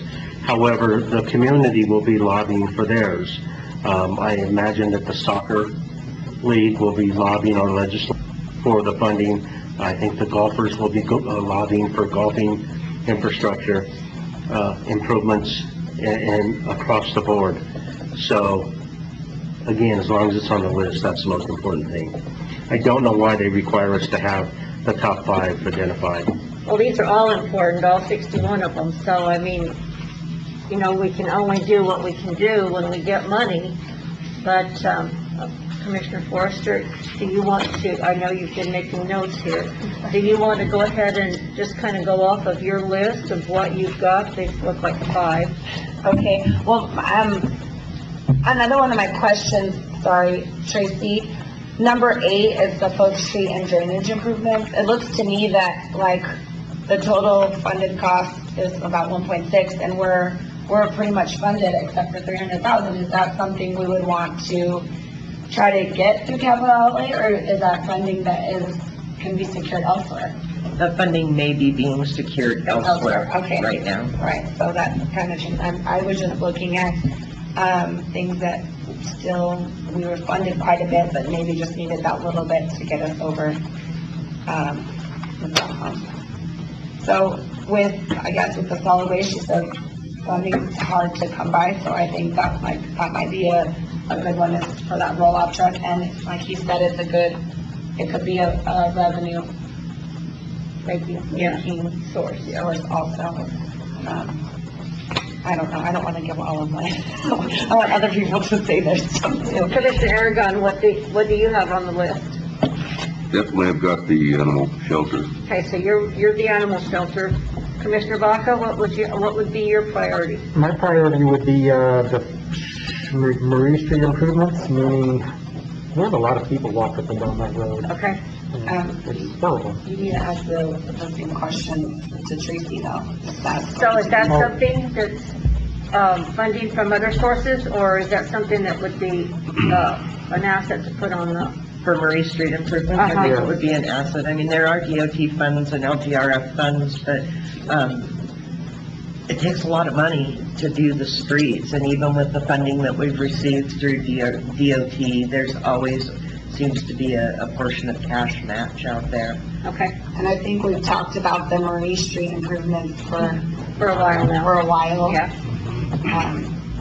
So I agree with that as well. and then you had mentioned the electric feeder, correct? Yes, that's kind of a bigger project, but I think it's an important one. Well, number 12, the substation primary underground feeder replacement. I mean, we're looking at 2 million, so I don't know if it's worth putting it in the top 5 since that's what I mean, they're not gonna fund $2 million. 1.9. Is that something, worth our time in putting in, Tracy? 1.9 million? Not necessarily, no. No? No, having it on the list is sufficient. The legislators are not going to have enough. Right, so it's not worth putting it in our top 5, try to get money for that. Sorry, Bo. We tried. It was on my list. Okay, and then streets asked for a water truck too. Are there other sources, of revenue for that, for the water truck? No? I mean, we could go through something like USDA, but then we're still looking at a 45% cash match. Okay. I would like to point out on Bo's number 1 priority, which is the primary underground feeder, Uh-huh. we're only asking for 1 million. And that literally is right at the peak, the cap of what, if they truly wanted to fund, they could fund. But it would require a combination of all of the legislatures, working to provide it for us. It is doable, however, in subsequent years, in 2027, it would, another 945,000. So it is something that is within the range of, So it would be worthwhile putting on our list and as one of the top 5, the electric feeder. and you talk about public safety, that's a big one. Okay, So you're back on. should be back on the top Yeah. 5? Okay, you're back on, Bo. Andy, one more time. Did you want the service truck and trailer, or did you want the roll-off Who truck? wants the roll-off truck? Roll-off truck? Okay. Okay, so that's 4. I would say, in my own opinion, the soccer field, get our kids out of these houses. I think it's a safety, not a safety thing, but I mean, God, they've been sitting on the butts for a while now. Yeah. But And sorry to interrupt, but that's my opinion. they're manageable, right? I mean, they can still play on them right now, right? I know it's not exactly what we want, but soccer's still happening. It's still happening. After talking to Ryan, he said we're gonna have to put a couple of our fields on the baseball outfield because our soccer field there's large sections of it that are not playable. I mean, I get it. My kids are enrolled in soccer. We want the best, but at the same time, can we do with what we have right now and fund something that maybe we couldn't? That's just my opinion. Okay, so we have the animal shelter, the electric feeder, the Marie Street improvement projects, the water truck, and the roll-off truck. What about our flood control for the police department? But there's DRT money for that, so, they can look into the DRT for safety I there. thought the GRT was for the other things, not for the flood control. Okay. Correct. Am I correct? My understanding is that to be the GRT for public safety. Right, Okay, flood control, okay. Yeah, Sorry about that. they're on that. Okay, Well, it is flood control of the public safety building, but I think the public safety attachment to that GRT is gone. Yeah. When everything was de-earmarked by the legislature, it's gone. And we're keeping it separate, and it's still for public safety use. And, let the department make that determination where they would like to use it. Because initially it was for training and enhancement for recruitment. Now you're saying goes for anything in public safety. Well, I think the attachment of public safety to that GRT is no longer exist with the legislative action. So it's doable. Undone that. But I think it's the intent of the commission to keep it in public safety. So let public safety decide where they want to use it. So, can we decide whether we need it or not need it? We can put it on there, but now we have 6. So we have the animal shelter, Marie Street improvements, the water truck, the roll-off truck, and flood control at the PD. Okay, and then we did get, what about the golf course irrigation improvements? A pretty easy, cheap, 35,000 is what it says. How needy is that? Excuse me, Madam Mayor, can we combine the couple? Meaning like, just for example, hypothetically, if a couple of the golf courses were under $100,000, could we combine the two together? You can. You can. And we actually detached a lot of the projects and broke them into different components so that they would fall within that funding that's available to the legislatures. It's very often the legislators will contact us at the last minute and say, okay, we've got $35,000 left after giving everyone the money, distributing the money as they deem necessary. And they'll say, we've got $35,000 left. Give me a project for 35. So we separated some of the projects so that we had that available to us in the 11th hour. So like a golf course. Yeah, but you certainly can consolidate some of those. But I don't think we might not want to, because if that was the case, that came back, you know what I mean? Yeah. Okay. What's your thought, Mayor Pro Tem? I don't know. I keep them stars and scratching off, and, can we have a 5-minute break? So I can write my stuff down? Yes, we'll take a 5-minute break, and we'll be back here at 10:30. Attorney Rubin, we're back in session. All right, so I think we've got our list prioritized. Commissioner, Mayor Pro Tem, can you read the listing of our top 5, please? Yes, ma'am. We're gonna go number 1, Marie Street improvements, which is number 22 on our list. Number 2, underground feeder, which is number 12. 3, roll-off truck, which is number 14. 4, water truck, which is number 42. And then the kennel building, which I don't know what number it is. Animal shelter kennel building, 32. And that's our number 5. Yes, ma'am. Is that in the form of a motion? Everybody, I guess, I make a motion. Commissioner Backwell, second. I have a motion made by Mayor Pro Tem Forrester and seconded by Commissioner Baca to approve the top 5 list as noted by Mayor Pro Tem. Are there any further questions, comments, or concerns? Madam Clerk, would you please call roll? Honorable Member Forster? Aye. Honorable Paul Baca? Aye. Honorable Sandra Whitehead? Aye. Mayor Randall Irvin? Aye. Motion carries. Thank you. The next item on our agenda this morning is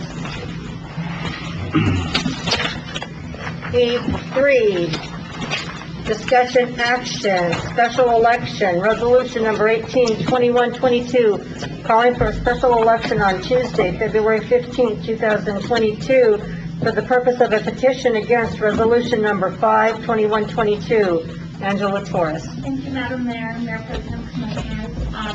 On August 12th, I received a petition against resolution 5-2122, which is the resolution imposing a $50 monthly fee to a digital meter in lieu of an AMI meter.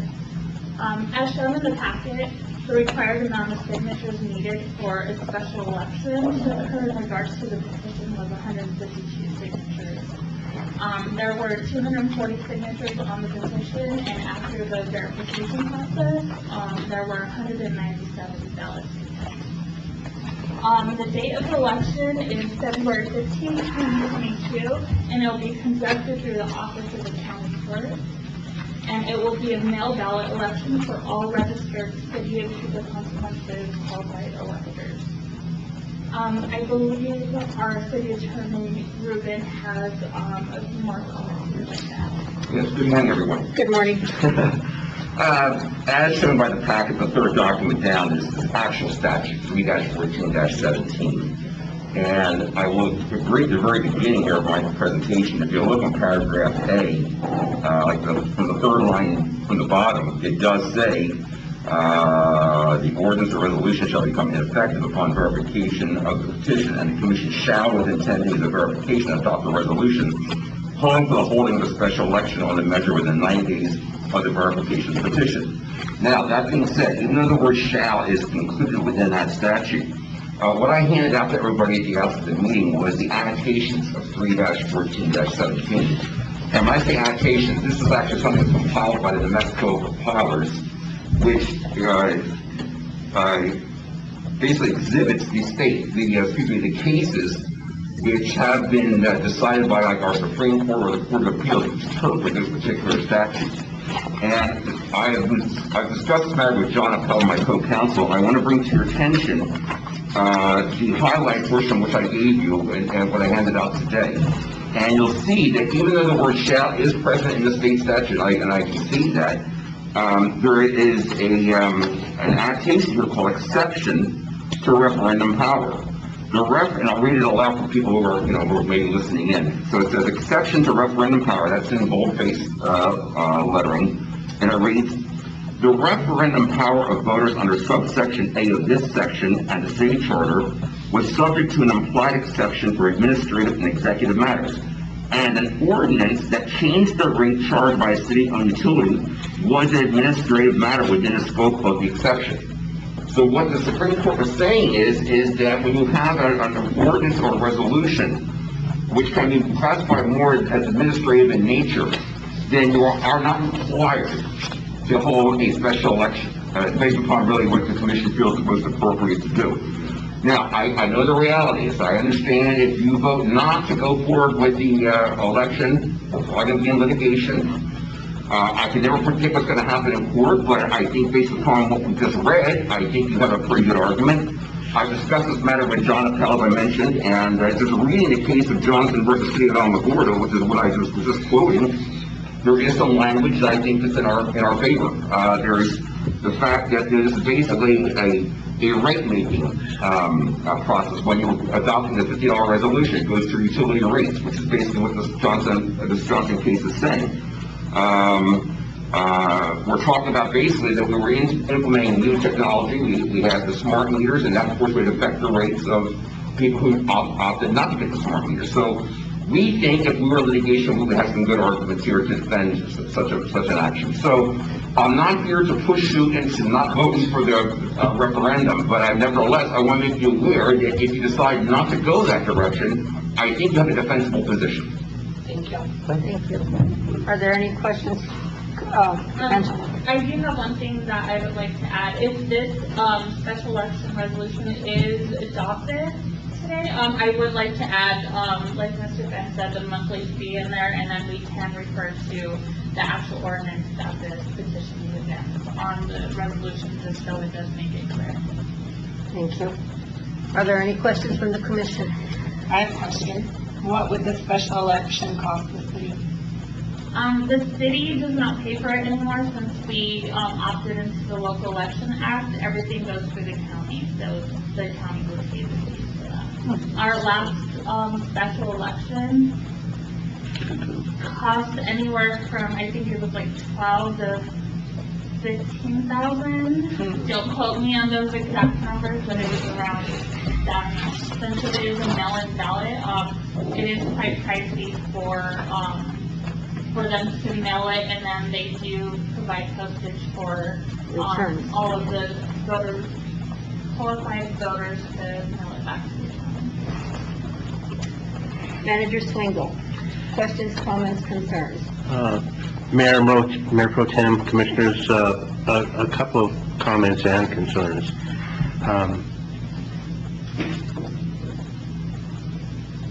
I appreciate Jay's research in looking at this and exploring all the options. And I know the Secretary of State has made, administratively, she's made some decisions not to pursue referendums based on proclamations that she's received. on executive powers.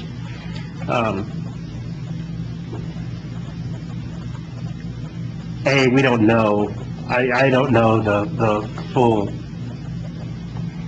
gamut of the facts of that case that's cited, and, you know, I don't know if the facts are similar or if they're very different, but I think that in the public's interest, I think there's a large number of people that signed the petition for whatever reason, and it would be in the best interest of the city to move forward with having a special election, and let the chips fall where they fall. I think the city's going to advocate and, you know, educate the community that we think this is a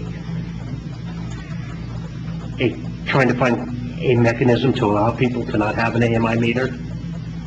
And it was a trade-off by the commission to allow for that, realizing that the city still had expenses involved for those individuals that decided to opt out.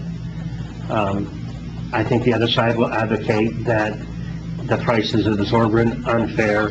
I keep hearing the language unlawful, which I don't abide by that in any way, shape, or form.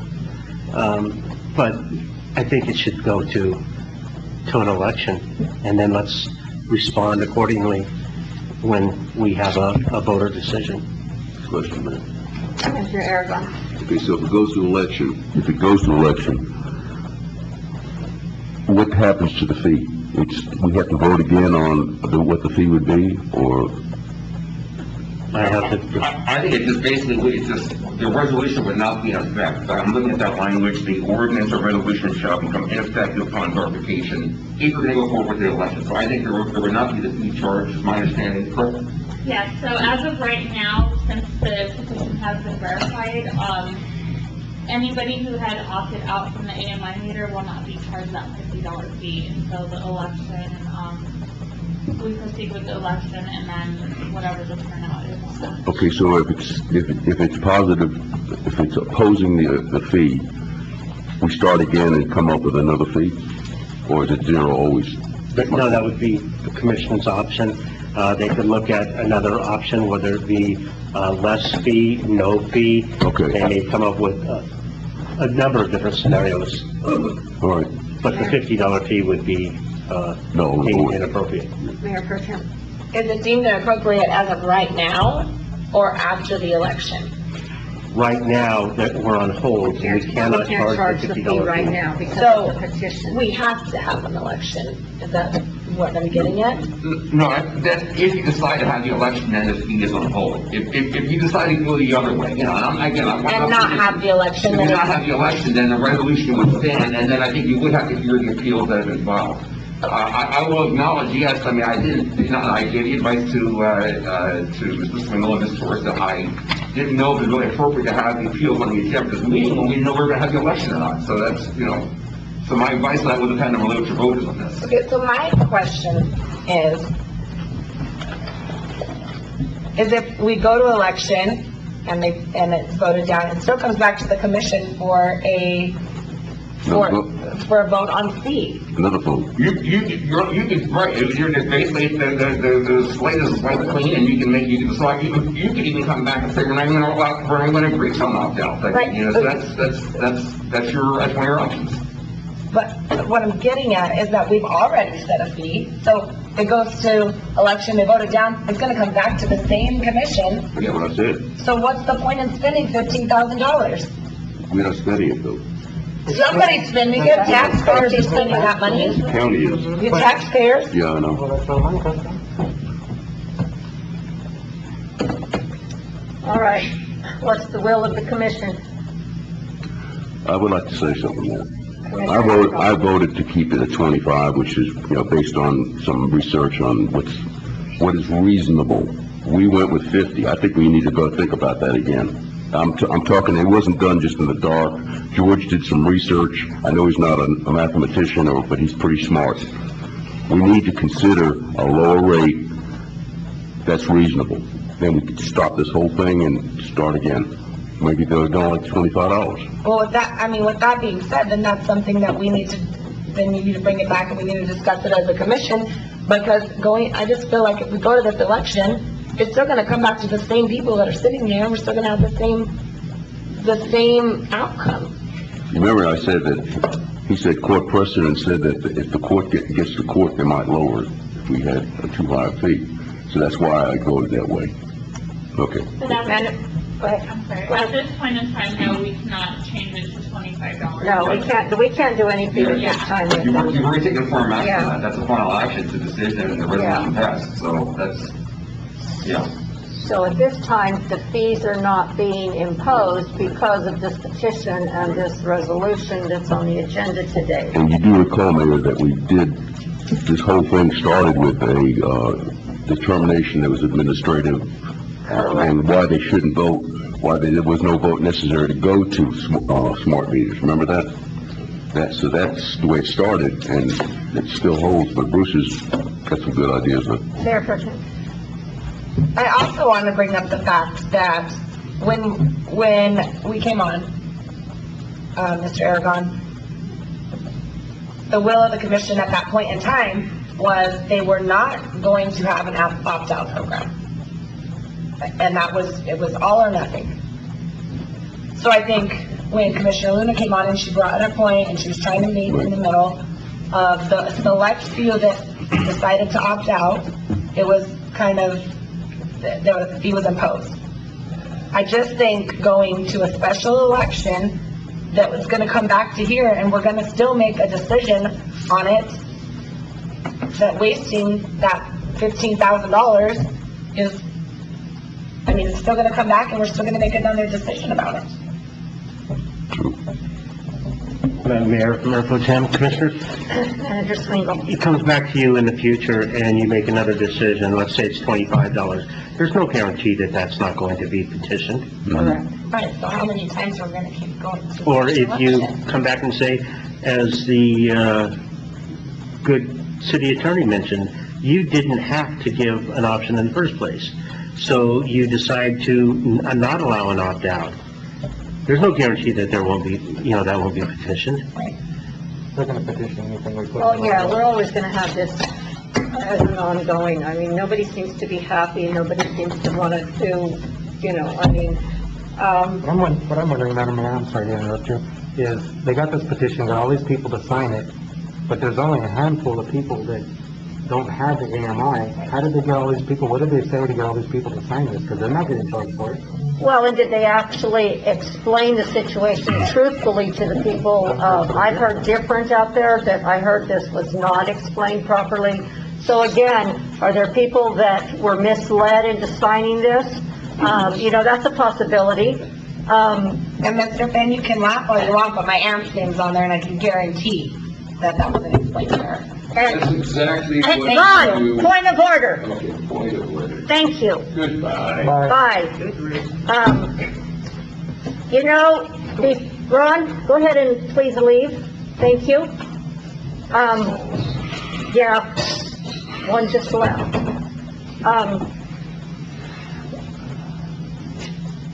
We had been working on this AMI for approximately 6 years, correct, Tracy? Or so before we even went with the AMI, correct though? I mean, we had time after time after time, public hearings and public meetings and public, yes, we did, Kathleen. And Tracy's got the stack of information that we had. So everyone had an opportunity to speak on this and talk about it. And then when we finally went with the AMIs and they were here, the previous commission that was seated here was thinking about having an opt-out option. We had talked about it. I know we had talked about putting something together. Commissioner Heschler at that time, Commissioner Clark at that time, rest her soul. We had all talked about, Kathy was very adamant about having an opt-out program. Well, we never implemented any opt-out, And when the new commissioners came on board, we discussed it. And I remember very well that it was said, either we're all in or we're all out, which meant that we were going all this direction or staying the way we were. And we chose to go all in. And that's what we did. There were 3 or 4 people that came in and filed their protests and oppositions, and the decision was made, it was voted on to implement the $50 and move forward. Now we have this, now we've got to spend money, not through the city, but through the county, which is the taxpayers, and this is going to be a complete circle all the time. We're never going to solve this issue. So today, I'm asking that we do the right thing and decide, yes, we're going to have an election and then move forward, or no, as Attorney Rubin stated, we're not, because of what his research has shown. This needs to stop. I know it's not going to stop, but it needs to. I will say this, when I gave my presentation a few moments ago, I basically want to explain the law to you, and I basically say it's up to you. As long as you're aware of the law, then, whatever decision you want to make, it's fine. I will tell you in my conversation with Mr. O'Kelly, he actually was pretty strong that we should be recommending not going forward with the election. I decided to be more 50-50 on it and just tell you the law, but if he was in the room, he'd be advocating you don't go for the election. I'll just tell you that. He's saying what? That you should not have the election. Madam Mayor? And one more thing, Jay, I'm glad you stated the law, that gave me a little bit more background, but my thing is, we cannot keep spending taxpayers' money at the county every single time when we change a fee, we don't have a fee, or every single time. How many times are we gonna do that? That's exactly what the Supreme Court, Commissioner Forrester, that's exactly what the Supreme Court said in the Johnson case. It said, if you were going to be called a chance to have an election, every time you adopt a resolution of ordinance, your city government's going to be paralyzed. Right. So, Okay. Okay, is it possible in the future, if we go the direction I think we might go, to have another vote on the lower end? Is that doable down the road? The ordinance or the resolution? Changing the ordinance with the fee. I think it's a resolution. That can happen, right? The resolution, whatever. And anything can be discussed. Okay. Whether it's approved or not. I mean, we can bring it back up and we can discuss it, and whether it's approved or denied, That's less expensive. That's a less expensive option overall. Well, I know guaranteed that they didn't tell somebody, not saying it, all of them didn't tell the truth, because my parents know what's going on, and how they got them to sign this, I guarantee you that they weren't told the whole truth. I'm sorry. Okay. What's the will of the commission on, item E3? It just pisses me off. I'm not going with them.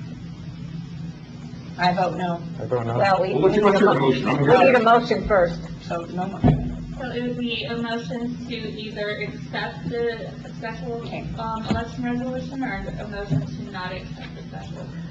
Commissioner Forrester will make a motion to not accept the special election. Commissioner Baca will second that. I have a motion made by Commissioner Forrester and a second by Commissioner Baca to not approve resolution, for the denial of the resolution number 182122, calling for the special election on Tuesday, February 15th, 2022, for the purpose of the petition against resolution number 052122, as noted and presented by our clerk, Angela Torres. And this is the special election resolution. Are there any other questions, comments, or concerns? Madam Clerk, Commissioner Aragon. Yes, considering all we discussed, it's clear my mind, and I'm ready to vote. Okay. Commissioner, he's ready to vote. Clerk Torres, would you please call roll? Honorable Amanda Forrester? Aye. Honorable Sandra Whitehead? Aye. Honorable Paul Baca? Aye. Honorable Randall Aragon? Aye. Motion carries. Thank you. So the resolution was not approved. The next item on the agenda is item E4, excuse me, Discussion action resolution number 192122, rescinding the commissioner's action to name Triangle Park the 9/11 Memorial Monument Park and to locate a 9/11 memorial in the park. Manager Swingle. Thank you, Mayor, Mayor Pro Tem, Commissioners. I think on June 23rd, 2021, the Commission approved to rename the park and to locate the 9/11 Memorial Monument at that park. We subsequently found out that we maintain that park, we provide all services in that park. However, we found out that the property is actually owned by the state DOT. So at this point, the individual that's trying to erect the monument somewhere in the community has basically rescinded their request, and therefore I would ask that the Commission rescind the resolution that was approved on June 23rd. Any questions? Commissioner Aragon. The Mayor, Denise has another location, and it's the Williamsburg annex of the fire department. Correct. Okay. Commissioner Forrest will make the motion to approve resolution number 1991. Commissioner Aragon said. Rescinding the commission's action. I have a motion made by Mayor Pro Tem Forrester and seconded by Commissioner Aragon to rescind resolution number, or to approve resolution number 192122, rescinding the Commission's action to name Triangle Park the 9/11 Memorial Monument Park and to locate a 9/11 memorial in the park. Madam Clerk, would you please call roll? Honorable Randall Aragon. Aye. Honorable Paul Walker. Aye. Honorable Nancy Forrester. Aye. Honorable Sandra West. Aye, motion carries. The next item on the agenda is item F, new business, F1, discussion update on the reopening plans for the Sierra Joint Office on Aging, SJOA. Crystal Walton, our Executive Director.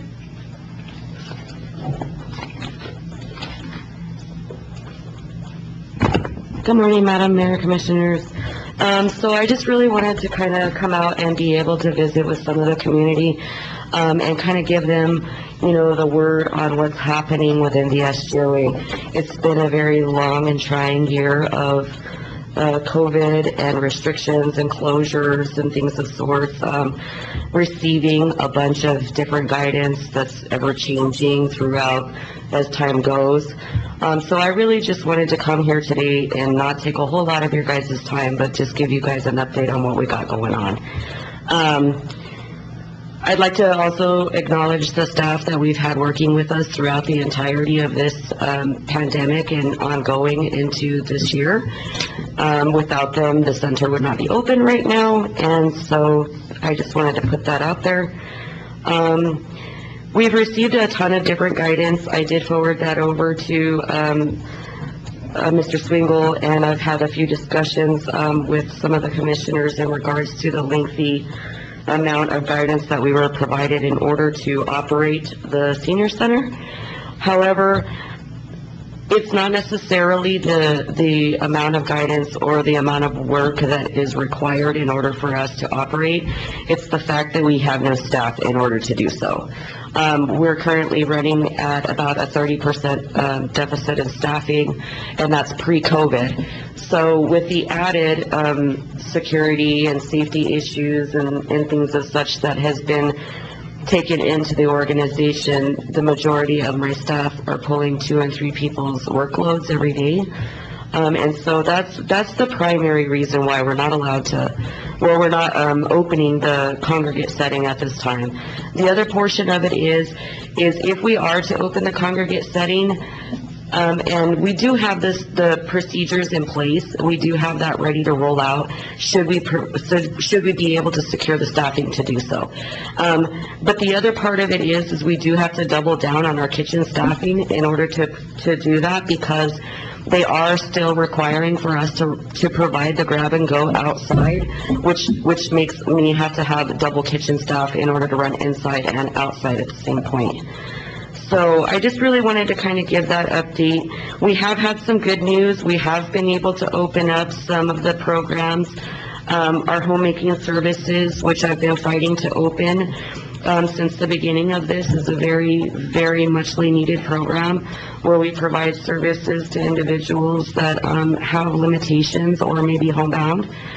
And so we are running that program now. We do have our homemakers out working.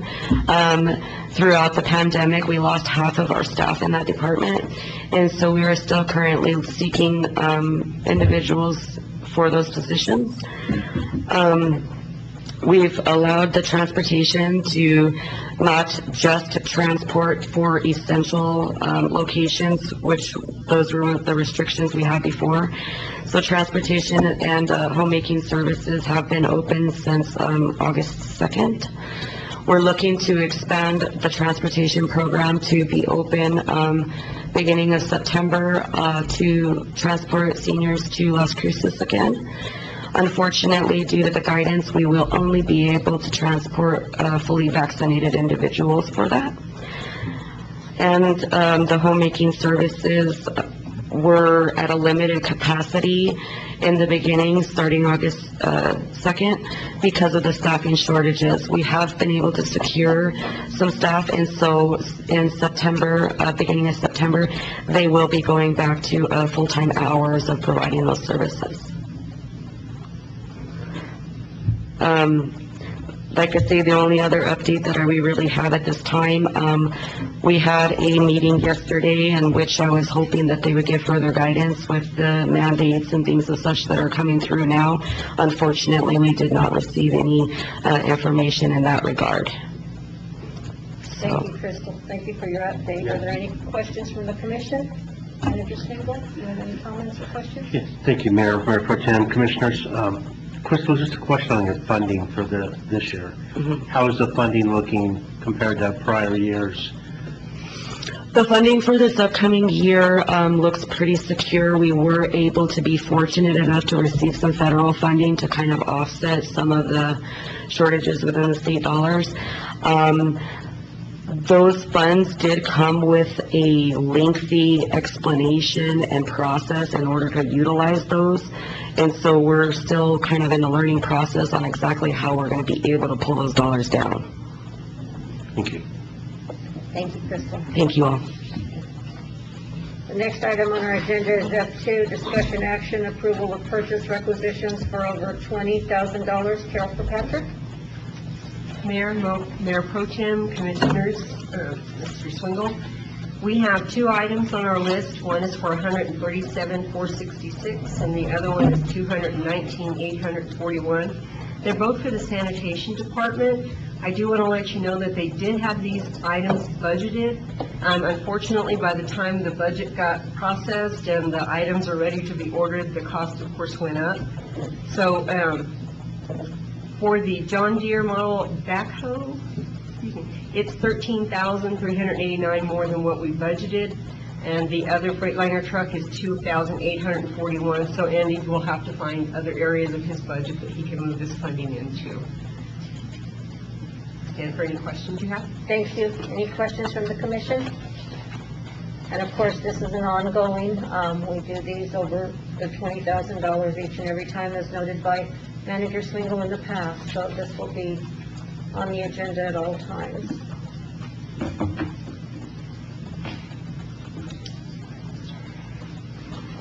Commissioner Forrest will make a motion to approve the purchase requisition of over $20,000. Commissioner Baca will second it. I have a motion made by Commissioner Forrester and seconded by Commissioner Baca for the approval of the purchase requisitions over $20,000 as noted by our Finance Director, Carol Kirkpatrick. Is there any further questions, comments, or concerns? Madam Clerk, please call roll. Honorable Sandra Whitehead. Aye. Honorable Amanda Forrester. Aye. Honorable Paul Baca. Aye. Honorable Randall Aragon. Aye. Motion carries. Thank you. The next item is F3, discussion action, authorization to open a new checking account at First Savings Bank for special revenue funds. Carol Kirkpatrick. Mayor Pro Tem, Commissioners, Mr. Swingle, we have received our first half of the fiscal recovery funds in the amount of $712,404. We will get the second half, but it will not be till next fiscal year, 22-23. We think it's a good idea to open a separate banking account for these funds so we can keep accurate records of how the money was spent. As it is in federal funds, I'm sure we're going to keep track of that and have to report on it. So we would like to open a separate banking account specifically for these funds. Thank you. Are there questions, comments from the commission? Manager Swingle? No comment, thank you. Thank you. Commissioner Baca make a motion on F3. Commissioner Forrester, second. I have a motion made by Commissioner Baca and seconded by Mayor Pro Tem Forrester for the approval and authorization to open a new checking account at First Savings Bank for special revenue funds, as noted by Carol Kirkpatrick, our Finance Director. Madam Clerk, would you please call roll? Honorable Paul Baca. Aye. Honorable Randall Aragon. Aye. Honorable Sandra Whitehead. Aye. Honorable Bernie Dorchenez. Aye. Motion carries. Thank you. The next item on our agenda is item F4, approval of user agreement and intergovernmental service agreement for traffic and criminal software between the New Mexico Department of Public Safety and the Truth or Consequences Police Department. Chief Rodriguez. Thank you, Mayor. Mayor Pro Tem, Commissioners, Manager Swingle. This one is a system that's been out there, or software that's been out there for a while. What this would allow will be the police department to access software that will allow us to give electronic traffic citations, so it'll save us having to order future ones. It'll also allow us to make electronic crash reports, makes it easier also to send that information to the courts and also to the Department of Transportation for crashes. It allows us to share information between the agencies that have agreed to share information that use that database. This database is used by a lot of agencies in the state of New Mexico already, including state police. It will also provide us a grant funding. They have a grant. DOT runs this program. They're going to give us 5 in-car printers free of charge and 5 scanners to scan licenses. So when an officer stops somebody, we will buy some additional ones just because we have more than 5 officers. But I mean, that is a very nice donation. And so I'm asking for approval to enter into this agreement. Like I said, the software is at no cost to the department. I mean, it's funded through the Department of Transportation. The only thing that we would incur costs would be buying additional equipment like printers and scanners. Thank you. Questions from the commission? Manager Swingle? No questions. Thank you. Commissioner Forrester will make the motion to enter into the agreement. Commissioner Baca will second it. I have a motion made by Mayor Pro Tem Forrester and seconded by Commissioner Baca for the approval of the user agreement and intergovernmental service agreement as noted by our Chief of Police Rodriguez between the New Mexico Department of Safety and the City of Truth or Consequences. Madam Clerk, would you please call roll? Honorable Amanda Forrester. Aye. Honorable Paul Baca. Aye. Honorable Randall Aragon. Aye. Honorable Sandra Whitehead. Aye. Thank Motion you. carries. Thank you, Chief. Item F5, discussion action, review and approval of take-home vehicle forms for various departments. Manager Swingle. Thank you, Madam Mayor, Mayor Pro Tem, Commissioners. You recently approved a resolution creating a vehicle take-home policy. With that policy, it is required that we bring the individuals in the forms to the Commission for approval to authorize take-home vehicles. Over time, I would like to eliminate this process so that we can do that administratively. But it was clear that at the last, at the meeting, that the Commissioner still had some concerns and want to develop a degree of comfort on the process. I think that the major issue was for our law enforcement officers who may live out of the community, the commute miles that they would generate. So what you have before you are all of the request forms from the employees. Now what you'll see, there's quite a few forms here. Not all of those individuals have a take-home car every day. There's very few people that actually have a take-home car that take it home every day. It's those people that are on call that will take home a vehicle as well, particularly in the utilities. And all of the staff in those offices, or virtually all of the staff in those departments, will be on call. They rotate every week or every 2 weeks. And so we want to make sure that we capture everybody. But not everybody on this list will have a take-home car that they will take home, basically 5 days a week. Thank you.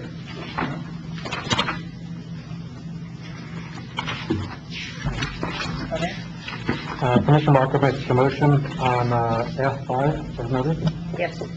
Commissioner Forrester will second. I have a motion made by Commissioner Baca and seconded by Mayor Pro Tem Forrester for the approval of the take-home vehicle forms for various departments as noted and submitted by City Manager Swingle. Madam Clerk, would you please call roll? Honorable Member Foster. Aye. Honorable Paul Baca. Aye. Honorable Randall Aragon. Aye. Honorable Member Whitehead. Aye. Motion carries. I'll accept Victor Rodriguez, he's not allowed to have it. I'll accept it. All right, the next item is F6, discussion action, selection of voting delegate for the 2021 New Mexico Municipal League Annual Conference. Manager Swingle. Thank you, Mayor, Mayor Pro Tem, Commissioners. Recently, we received notification from the league that we need to have an election to reassign or reappoint the designees that will represent the city of Truth and Consequences at meetings.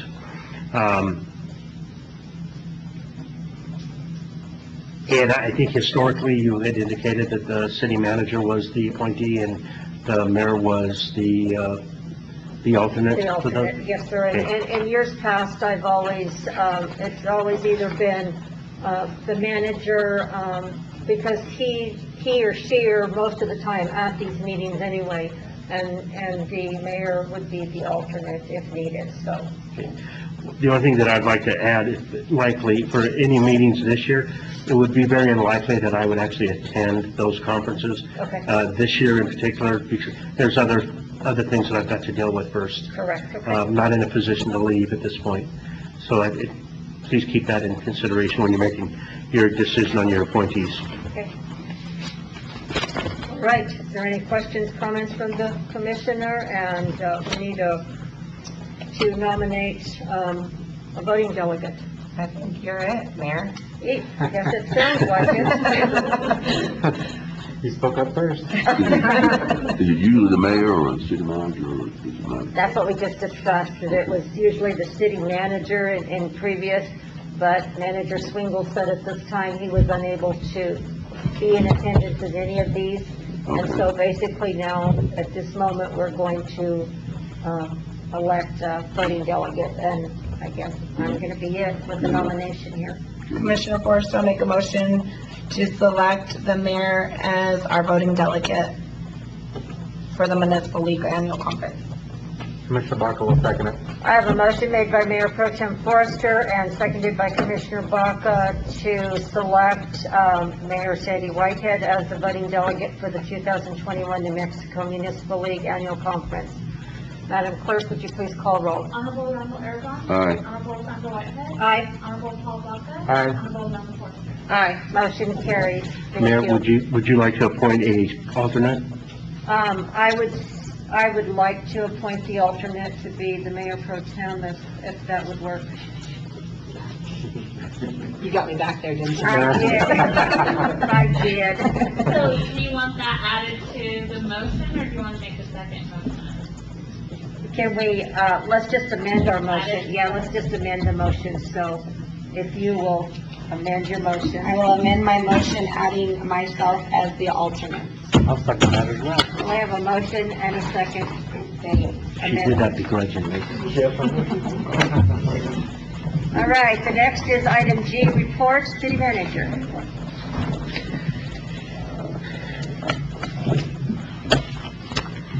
Thank you, Mayor, Mayor Pro Tem. I'll be somewhat brief today. I know we're getting late into the morning. First of all, I'll just remind the commission that there is a Sheriff's Hospital Governing Board meeting this week on August 26th.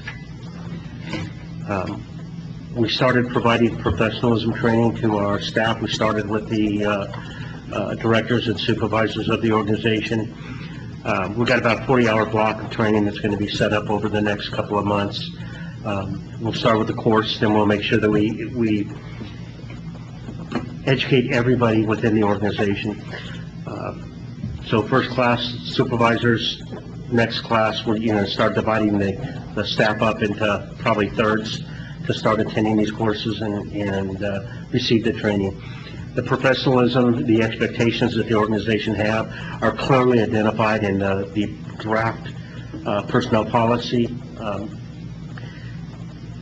My experience has been historically that you typically don't fire a lot of people for performance issues. You typically, when you have to discipline and terminate employees, it's based on behavior, and it's ethical issues and professionalism issues. So we want to clearly articulate what those expectations are. They're in the policy, in the personnel policy, that you will be voting on next month, as well as in the training, and we're focusing on that now to bring everybody up to, the standard. We're not asking and establishing expectations that every employer wouldn't have of their employees in an organization, nor are they standards that we would expect employees not to want of their organization and within their organization. So I would really encourage the commissioners, if we could actually, like to invite you to attend, and as we put on these courses, maybe we could invite one or two of you to come to assess it. So one, you can see what's being communicated to the employees. But I think there's a tremendous buy-in when they see that the commissioners are there. What I don't want seeing is, these individuals going around the administration, going to commissioners on issues of, particularly of ethical and professional matters, and then the elected officials not be aware of what we're trying to create here as an organization, the culture that we're trying to create. And it is quite a paradigm shift from what we've experienced in the past. And I think it's going to be healthy for the employees, it'll be healthy for the organization, and it'll be healthy for the community in the long term. I mentioned at the last meeting that the safety policy would start being circulated to the departments. That's being done now, getting feedback from the department heads on the policy, and it's very likely that we'll have this on the agenda for the next commission meeting. It's a pretty comprehensive document. With reorganization that we've done, we've had to tweak some things in it. One thing, we don't have a safety committee, and I didn't know any organization of any size at all did not have a safety committee. We don't have one. We have a safety officer, and the safety officer had a lot of responsibilities for safety in the organization. Well, we're putting that responsibility at the department level. Every department's responsible for the safety of the employees, protecting the assets of the city, and protecting the public when they come into contact with our services. And we can't delegate that responsibility to one safety officer who may or may not be around. So, the departments are going to be responsible for safety. There's a lot of organizational things that we have to do as well to complement that, but safety is going to be a priority. Risk management, risk control, and managing our risk is going to be a very critical focus for this organization. I'm delighted to tell you that we received notification yesterday that the state approved our FY22 budget, and congratulations to Carol and to the entire finance team. The whole organization worked hard and diligently to get the commission to get the budget within the revenues that we had available for this current fiscal year. But Carol worked countless hours and weekends to get the budget, the fourth quarter report in, and congratulations to Carol and her staff. I don't know if she's still here. She actually got to hear it. Good job, Carol. Thank you. Kudos to Carol and your Congratulations on behalf of team. my staff. Thank you. The new census data is out. It's coming out in limited capacities. It just came out recently for the state-required redistricting that takes place after a census. And so when we have data available to us, it's in the county level. And unfortunately, but was expected, we saw another decrease in population for Sierra County. From 2000 to 2010, we saw a 9.7% reduction in population. We experienced a 3.4% reduction in population from 2010 to 2020. Next month in October, we should start seeing the data released at the city level, and it's more likely that the percentages will be a little higher, because I'm sure most of the population that left the community left from truth or consequences. So, but, we'll certainly look at the data, evaluate the data, and it absolutely has everything to do with with our economy or lack of economy and our population, and things are on the downturn and have been for, a decade, Right. possibly 2 decades, maybe even longer, and we really need to look at, growing our economy and addressing quality of life issues as well as providing employment, good employment, so that our people can stay in this community.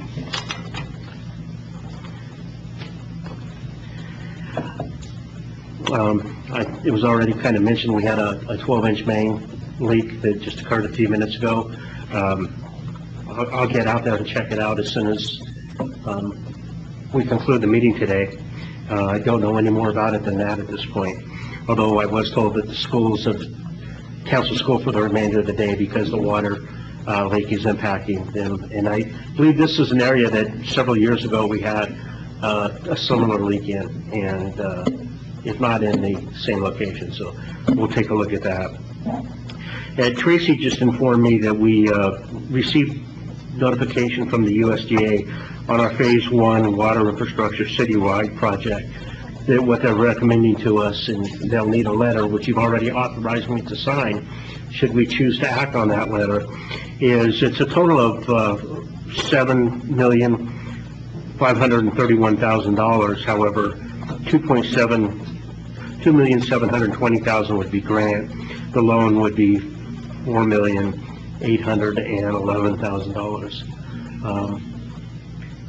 Water does not have much money. They don't have a lot of bandwidth left with the existing loans they have. We will sit down and really look at this very closely to see what we need to do, whether we should move forward with this or not. My first question to Tracy was, did they require that we raise rates for this? Because they have in the past. They've looked at our loan capacity and said, if we give you this, you're going to have to increase your rates. Fortunately, she said that they had not. They did not recommend a rate increase at this time, so we really need to look at this very closely. You don't want to give away $2.7 million, but with that 2.7, it's 4.8 that we have to pay in loan payments. So we'll have to really do our due diligence on that. And I believe the deadline is Friday. Correct, Friday at noon. Friday at noon, we have to have the letter into them, so. Well, good luck and make your application.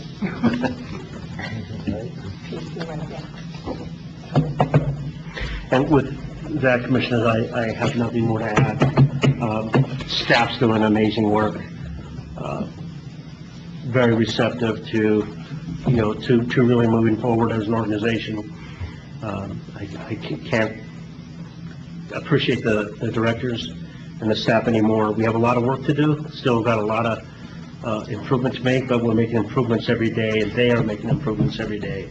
And it's just a genuine privilege to be a part of it. Thank you. Thank you for Thank you. your update. I do have one question. You did mention that the personnel policy would go on the agenda for the next meetings, or next month, rather. So we are still operating under the old personnel policy at this time, correct?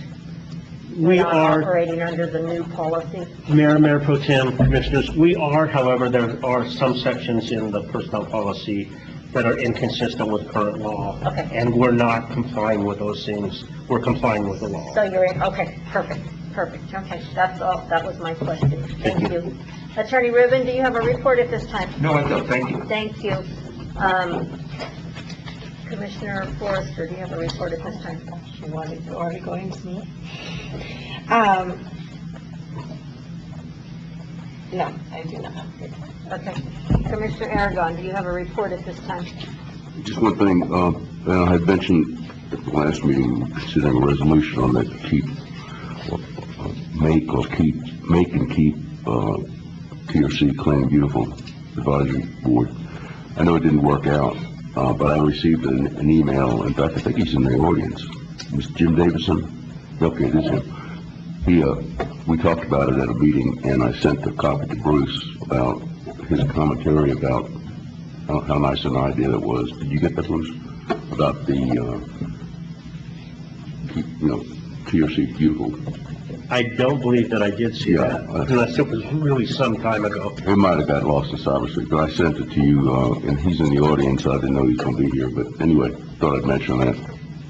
That's all I have, Mayor. Thank you, Commissioner Aragon. Commissioner Baca, do you have a report of I do, consent? I do. I just want to let everybody know out there that, a group of people did go around town asking you to sign petitions. I'm not sure what they told you, but the $50 fee is only for a handful of people that opted out from the AMI meters. It's not for everybody, and if they misled you, I'm sorry, but it's only for the handful of people. It's not gonna be for everybody else. And that's it, ma'am. Thank you, Commissioner Baca. And I do not have a report at this time. Yay! Yay! All right, the next item on our agenda is item H, executive session. H1, threatened and pending litigation, the Cloverleaf Water Rights case pursuant to 10-15-187. Do I have a motion to go into executive session? Commissioner Baca, make the motion? Commissioner Forrester will second. I have a motion made by Commissioner Baca and seconded by Commissioner Forrester to go into executive session as noted. Madam Clerk, would you please call roll? Councilmember Forrester? Aye. Honorable Randall Aragon? Aye. Honorable Sandra Whitehead? Aye. Honorable Paul Walker? Aye. Motion carries. Thank you. Thank you.